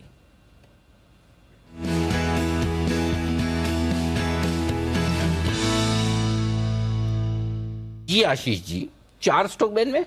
सर बिल्कुल 4 स्टॉक बैन में और 3 एंट्री करने के लिए तैयार है। नहीं? हाँ नहीं, 3 और बड़ी पोजीशंस है। मैं बता देता हूँ आपको। एस्कॉर्ट्स 114% है। ओके। डेल्टा कॉप 105% है। डेल्टा कॉप ने तो फ्राइडे को भी ट्राई किया था, आ नहीं पाया था, 94.12% पर बंद हो गया था। ओके। और अंबुजा सीमेंट 102 ही समझ लो, राउंड फिगर। अच्छा, तो ये 3 स्टॉक ऐसे हैं जो बैन में एंट्री करने के लिए पूरी तरीके से तैयार हो गए हैं। इंडिया बुल्स हाउसिंग फाइनेंस, ये एक ऐसा स्टॉक है जो काफी समय से बैन में, ये बाहर आने के लिए तैयार हो रहा है। 81.12% है। अभी तक 80% से नीचे नहीं आई, लेकिन उम्मीद है कि स्टॉक हो सकता है कि बैन से बाहर आ जाए। बाकी India cements 93%, PVR 91%, RBL bank 88%। तो ये तीनों स्टॉक जो है बैन में बने रहेंगे। फ्रेश एंट्री होगी 3 स्टॉक की, एस्कॉर्ट्स, डेल्टा कॉप और अंबुजा सीमेंट्स। ओके, तो और बड़ी होने वाली है, ये क्लियर साइन दिखा रही है मार्केट का जब हम बैन लिस्ट बढ़ते हुए देखते हैं। मैं तो कल आज भी सोच ही रहा था अंबुजा ऐसी आया, सॉरी अंबुजा और डेल्टा आया क्यों नहीं बैन में। आज आ जाएगा, आने की तैयारी में, और लंबे समय बाद एस्कॉर्ट्स भी अब आने की तैयारी में। आइए थोड़ी देर में अनिल जी से उनकी फाइनल मार्केट स्ट्रैटेजी भी लेते हैं, उससे पहले एक बिग बुल बीटीएसटीटी सचिन जी के लिए।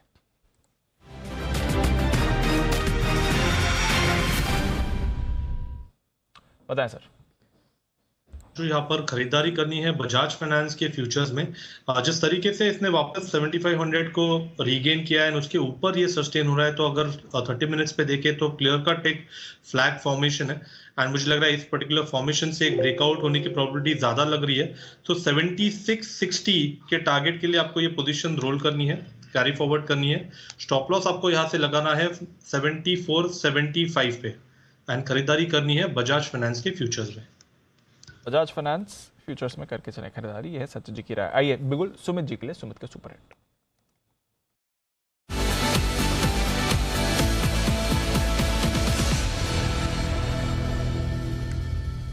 बताएं सुमित जी।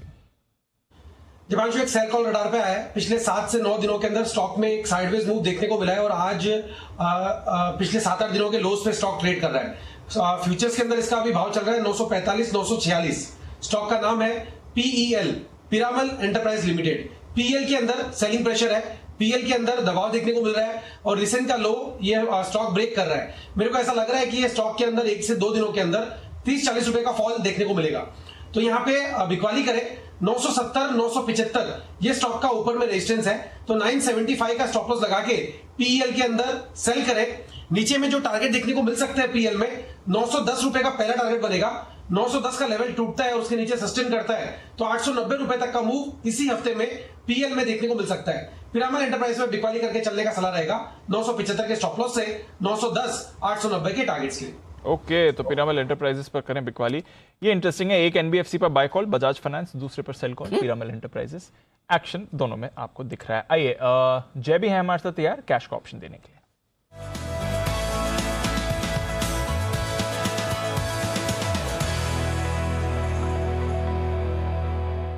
बताएं जय।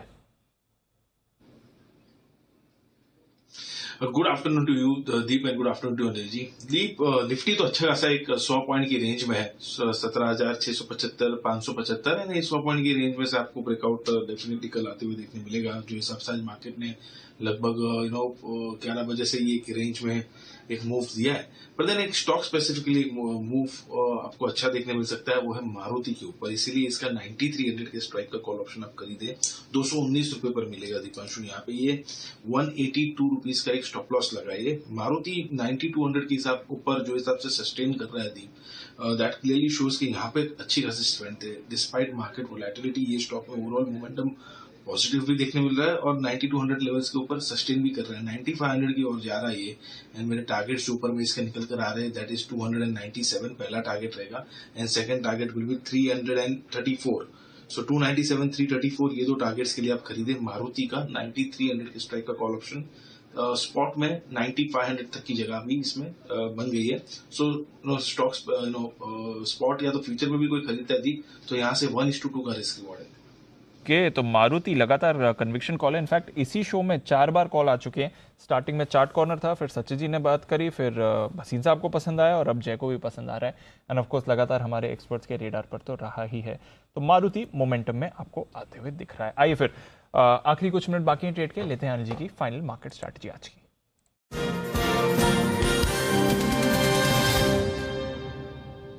सर डाउ फ्यूचर्स तो बुरी हालत में है, 325 अंक नीचे आपको डाउ फ्यूचर्स दिख रहे हैं। नैस्डैक फ्यूचर्स पर नजर डालिए, 1% की गिरावट यहां पर आपको आती हुई दिख रही है। यूरोप में अब 1 से 1.5% की वीकनेस आपको दिखेगी। एशिया तो कमजोर था ही, रुपया भी अपनी मॉर्निंग गेन्स गिव अप करके एकदम फ्लैट हो गया। सिर्फ एक अच्छी बात है, कच्चा तेल जो कंफर्ट लेवल पर है $90 के नीचे, अदरवाइज बाकी सब जगह भारी गिरावट है। सर क्या करके जाना है? अपना नोटा है दी, नोटा है ना? हाँ, लग रहा था। अमेरिका का देख के हाल तो आपसे खरीदा नहीं जाएगा और हमारा हाल यहाँ का मजबूती देख के बेचा नहीं जाएगा। Liquid oxygen, right, liquid oxygen वाला मामला है। अब या तो हमें देख के अमेरिका वाले सुधर जाएंगे रात को, या इनको अमेरिका खराब रहा तो कल हम सुधर जाएंगे। वैसा हाल है, दो में से एक को तो बदलना है। देखते हैं, या तो ये रात को बदल जाए तो अच्छी बात है, तेजी बरकरार रह जाएगी। नहीं, और देखिए निफ्टी में ट्रेडिंग रेंज के हायर एंड पे है और बैंक निफ्टी में थोड़ा नीचे है। सो मतलब मेरा पॉइंट है कि बेहतर है कि ऐसी वॉलेटिलिटी के वक्त और जब सिचुएशन क्लियर ना हो, वेट एंड वॉच वाली सिचुएशन ठीक है, ओवरनाइट रिस्क क्यों रखनी है? और अगर आप फिर भी रखना चाहते हैं तो आप अपना हेज जरूर रखें। अगर आप निफ्टी पर लॉन्ग हैं, 17,500 का आपको पुट ऑप्शन होना चाहिए। शॉर्ट है 17,800 का कॉल ऑप्शन होना चाहिए। बैंक निफ्टी पर लॉन्ग है 40,000 माफ कीजिएगा 40,700 या 40,500 का पुट ले लीजिए। शॉर्ट है 41,200 या 41,500 का कॉल ले लीजिए, जो आपको ठीक लगे जितनी प्रीमियम के हिसाब से। और प्रीमियम भी क्या बढ़ी हुई है सारी की सारी ऑप्शंस की, फेड की पॉलिसी के पहले, इसलिए प्रीमियम भी तेजी से घटेगी। तो बेहतर तो सबसे बढ़िया स्ट्रेटेजी तो है कि ओवरनाइट पोजीशन कम से कम रखें, ना रखें, जितनी कम कर सकें उतना बढ़िया, और रखें तो बिना हेजिंग के बिल्कुल ना करें, क्योंकि ये जिस तरह का मार्केट है हेजिंग बहुत ही ज़रूरी है। तो ये है आपके लिए अनिल जी की राय, हेजिंग ज़रूरी है और दोनों तरफ की पोजीशन अगर आप कैरी फॉरवर्ड कर रहे हैं तो ज़रूर हेज करके जाएं। वैसे इस समय नोटा की सलाह रहेगी मौजूदा पोजीशंस के लिए, ठीक है, बट अदरवाइज नई पोजीशंस पर नोटा है। इंडिया सीमेंट बैन में होने के बावजूद 10% ऊपर ये काउंटर क्लोजिंग के लिए तैयार है और अंबुजा 8.5%। सीमेंट की दमदार तेजी है और वो रुकने का नाम नहीं ले रही। आज भी बढ़िया उछाल वहां पर आपने बनते हुए देखा है। टुवर्ड्स एंड ऑफ ट्रेड एक दो काउंटर्स जहां पर आज थोड़ी ज़्यादा वीकनेस दिखी है, वहां पर एक व्यू ले लिया जाए एक्सपर्ट्स के साथ। हम बात कर ही रहे थे जो स्टॉक्स गिरे हैं। इन्फो एज सुबह आपके लिए यहाँ पर सेल कॉल भी आता है हिमांशु जी की तरफ से और वहां से फिर स्टॉक काफ़ी तेज़ फिसला भी है। सुमित जी, इन्फो एज के चार्ट पर कोई राय? अब सुबह की वीकनेस के बाद जो गिरा है और वीकनेस दिखती है कल के लिए? 4,000 के लेवल पर क्लोज हो रहा है। दिवांशु, वीकनेस और है, स्टॉक में दबाव देखने को मिल रहा है। रिसेंट के स्विंग लो ब्रेक हो चुके हैं और पिछले 3-4 दिनों से भी स्टॉक कंटिन्यूसली दबाव ही दिखा रहा है। तो यहां से 200 से 250 पॉइंट का गिरावट इन्फो एज के अंदर देखने को मिल सकता है। स्टॉक का जो ऊपर में रेजिस्टेंस है वो है 4150 के ऊपर सस्टेन करेगा तो इसके अंदर तेजी बनेगा। जब तक ये लेवल ऊपर में नहीं तोड़ता है तब तक दबाव है और 4,000 का लेवल टूटने के बाद 200 रुपए का फॉल इन्फो एज में देखने को मिल सकता है। ओके, तो ये है आपके लिए इन्फो एज जिस पर रखिए नजर। अच्छी बात है, बाजार की ब्रेथ काफी पॉजिटिव है। क्लोजिंग में आप देखें तो 35 निफ्टी स्टॉक्स हैं जो पॉजिटिव क्लोज हो रहे हैं, 15 नेगेटिव टेरिटरी में क्लोज हो रहे हैं। टाटा ग्रुप, टाटा स्टील और टाटा मोटर्स टॉप लूजर्स हैं आपके लिए Britannia, ICICI bank, JSW steel, UltraTech, LNT, Cipla, ये काउंटर्स भी फिसले हैं। पर उसके सामने स्ट्रेंथ देखिए, एमएनएम जबरदस्त रिबाउंड, वापस 1300 के करीब आते हुए। बजाज फाइनेंस, जिस पर अभी सचिन जी की बाय कॉल आई थी, अदानी पोर्ट्स एक्टिव रहा, एसबीआई लाइफ, एचयूएल, आईटीसी, दोनों कंजम्पशन हेवी वेट्स ने बाजार को सहारा दिया। एचडीएफसी लिमिटेड ने आज अच्छा सहारा दिया है बाजार को, साथ ही एचडीएफसी बैंक भी पॉजिटिव था। मारुति तो ऑफकोर्स जबरदस्त तेजी में है ही, और 4 बाय कॉल्स इसी शो में आपके लिए मारुति पर आती हुई दिखा रहा है कितना स्ट्रेंथ और कन्विक्शन बाजार का इस स्टॉक में है। वायदा कारोबार की तरफ आइए। 10% का सर्किट बैन में होने के बावजूद India cement 9%, Ambuja cement but कल ये बैन में आ सकता है। साथ ही एस्कॉर्ट्स कल बैन में आ सकता है। 8.5% ऊपर ये काउंटर रहा। बढ़िया खरीदारी आपने मैक्स फाइनेंशियल में देखी, 3.5% ऊपर bank of Baroda, doctor Lal pathlabs, PNB, Apollo tyres, Zee entertainment, IDFC limited, HPCL, Chola investment, Lupin, united spirits, Balrampur Chini, AB fashion और साथ ही ग्रैन्यूल्स, जहां पर आपने बढ़िया एक्शन आज देखा है। गिरावट की तरफ कैनफिन होम्स 8% लुढ़का है ये काउंटर, इस पर रखिएगा नजर। साथ ही डेल्टा कॉप, इस पर आपने बड़ा दबाव बनते हुए देखा है। जीएनएफसी, नैल्को, वेदांता, दोनों metal stocks, GSPL, Metropolis, Auro Pharma, साथ ही Piramal Enterprises, IEX, LIC Housing, I think यहाँ पर थोड़ा डिविडेंड एडजस्टमेंट भी था, वो भी ध्यान में रखिएगा। इंडिया मार्ट, टाटा पावर आज कमजोर था, हालांकि पावर सेक्टर की अच्छी खबर आ रही है, डिस्कॉम ड्यूज क्लियर होते हुए दिख रहे हैं। Deepak Nitrite, Godrej Properties, Indiabulls Housing, Laurus Labs, Vodafone और साथ ही वोल्टास, जिस पर भी किरण जी राय भी दे रहे थे, ये स्टॉक्स भी आपको वीक बनते हुए दिखे हैं। Olectra green tech cash space पे, इस पे रखिएगा नजर। अभी अभी खबर आ रही है 185 करोड़ रुपए का इन्हें ऑर्डर मिला है इलेक्ट्रिक बसेस के लिए, वो काउंटर आपके फोकस में रहना चाहिए। कैश मार्केट में और कौन से काउंटर से जहां पर खरीदारी दिखे, सीमेंट स्पेस से बात करें, नोवोको विस्टास 13% ऊपर ये काउंटर था, जबरदस्त तेजी इस काउंटर में आपने देखी है। स्टार सीमेंट की अभी बात चली रही थी, वो अच्छा रहा।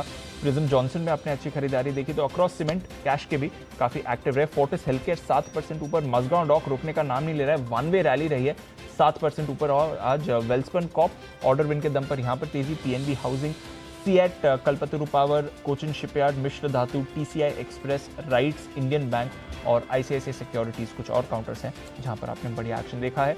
वीकनेस, वेस्ट लाइफ डेवलपमेंट 6.5% नीचे, गरवारे हाईटेक 5%, सेंचुरी प्लाईबोर्ड्स 5% फिसला। एप्टिस वैल्यू सुबह से ही कमजोर था, 5% की गिरावट इसमें।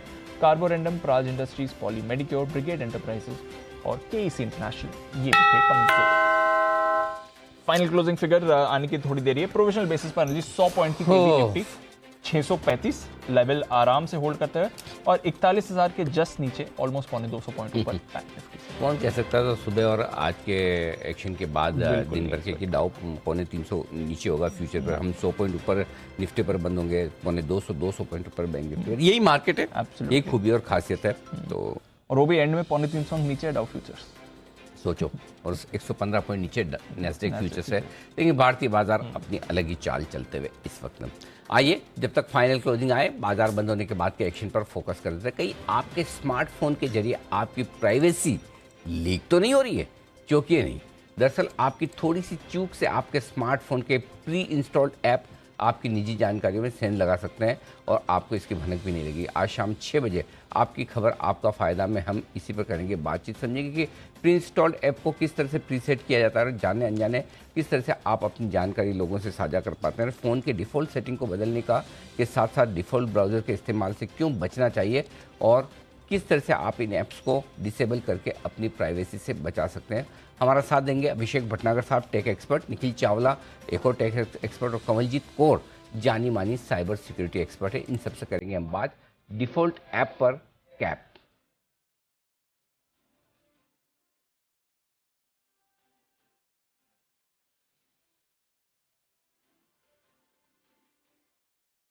देश के विदेशी मुद्रा भंडार में लगातार गिरावट देखी जा रही है। भारत का विदेशी मुद्रा भंडार 2.23 अरब डॉलर से घटकर 550 अरब डॉलर पहुंच गया है। अब भी 550 अरब डॉलर है, ये 2 साल के निचले स्तरों पर है। इंडिया 360 डिग्री में करेंगे विश्लेषण।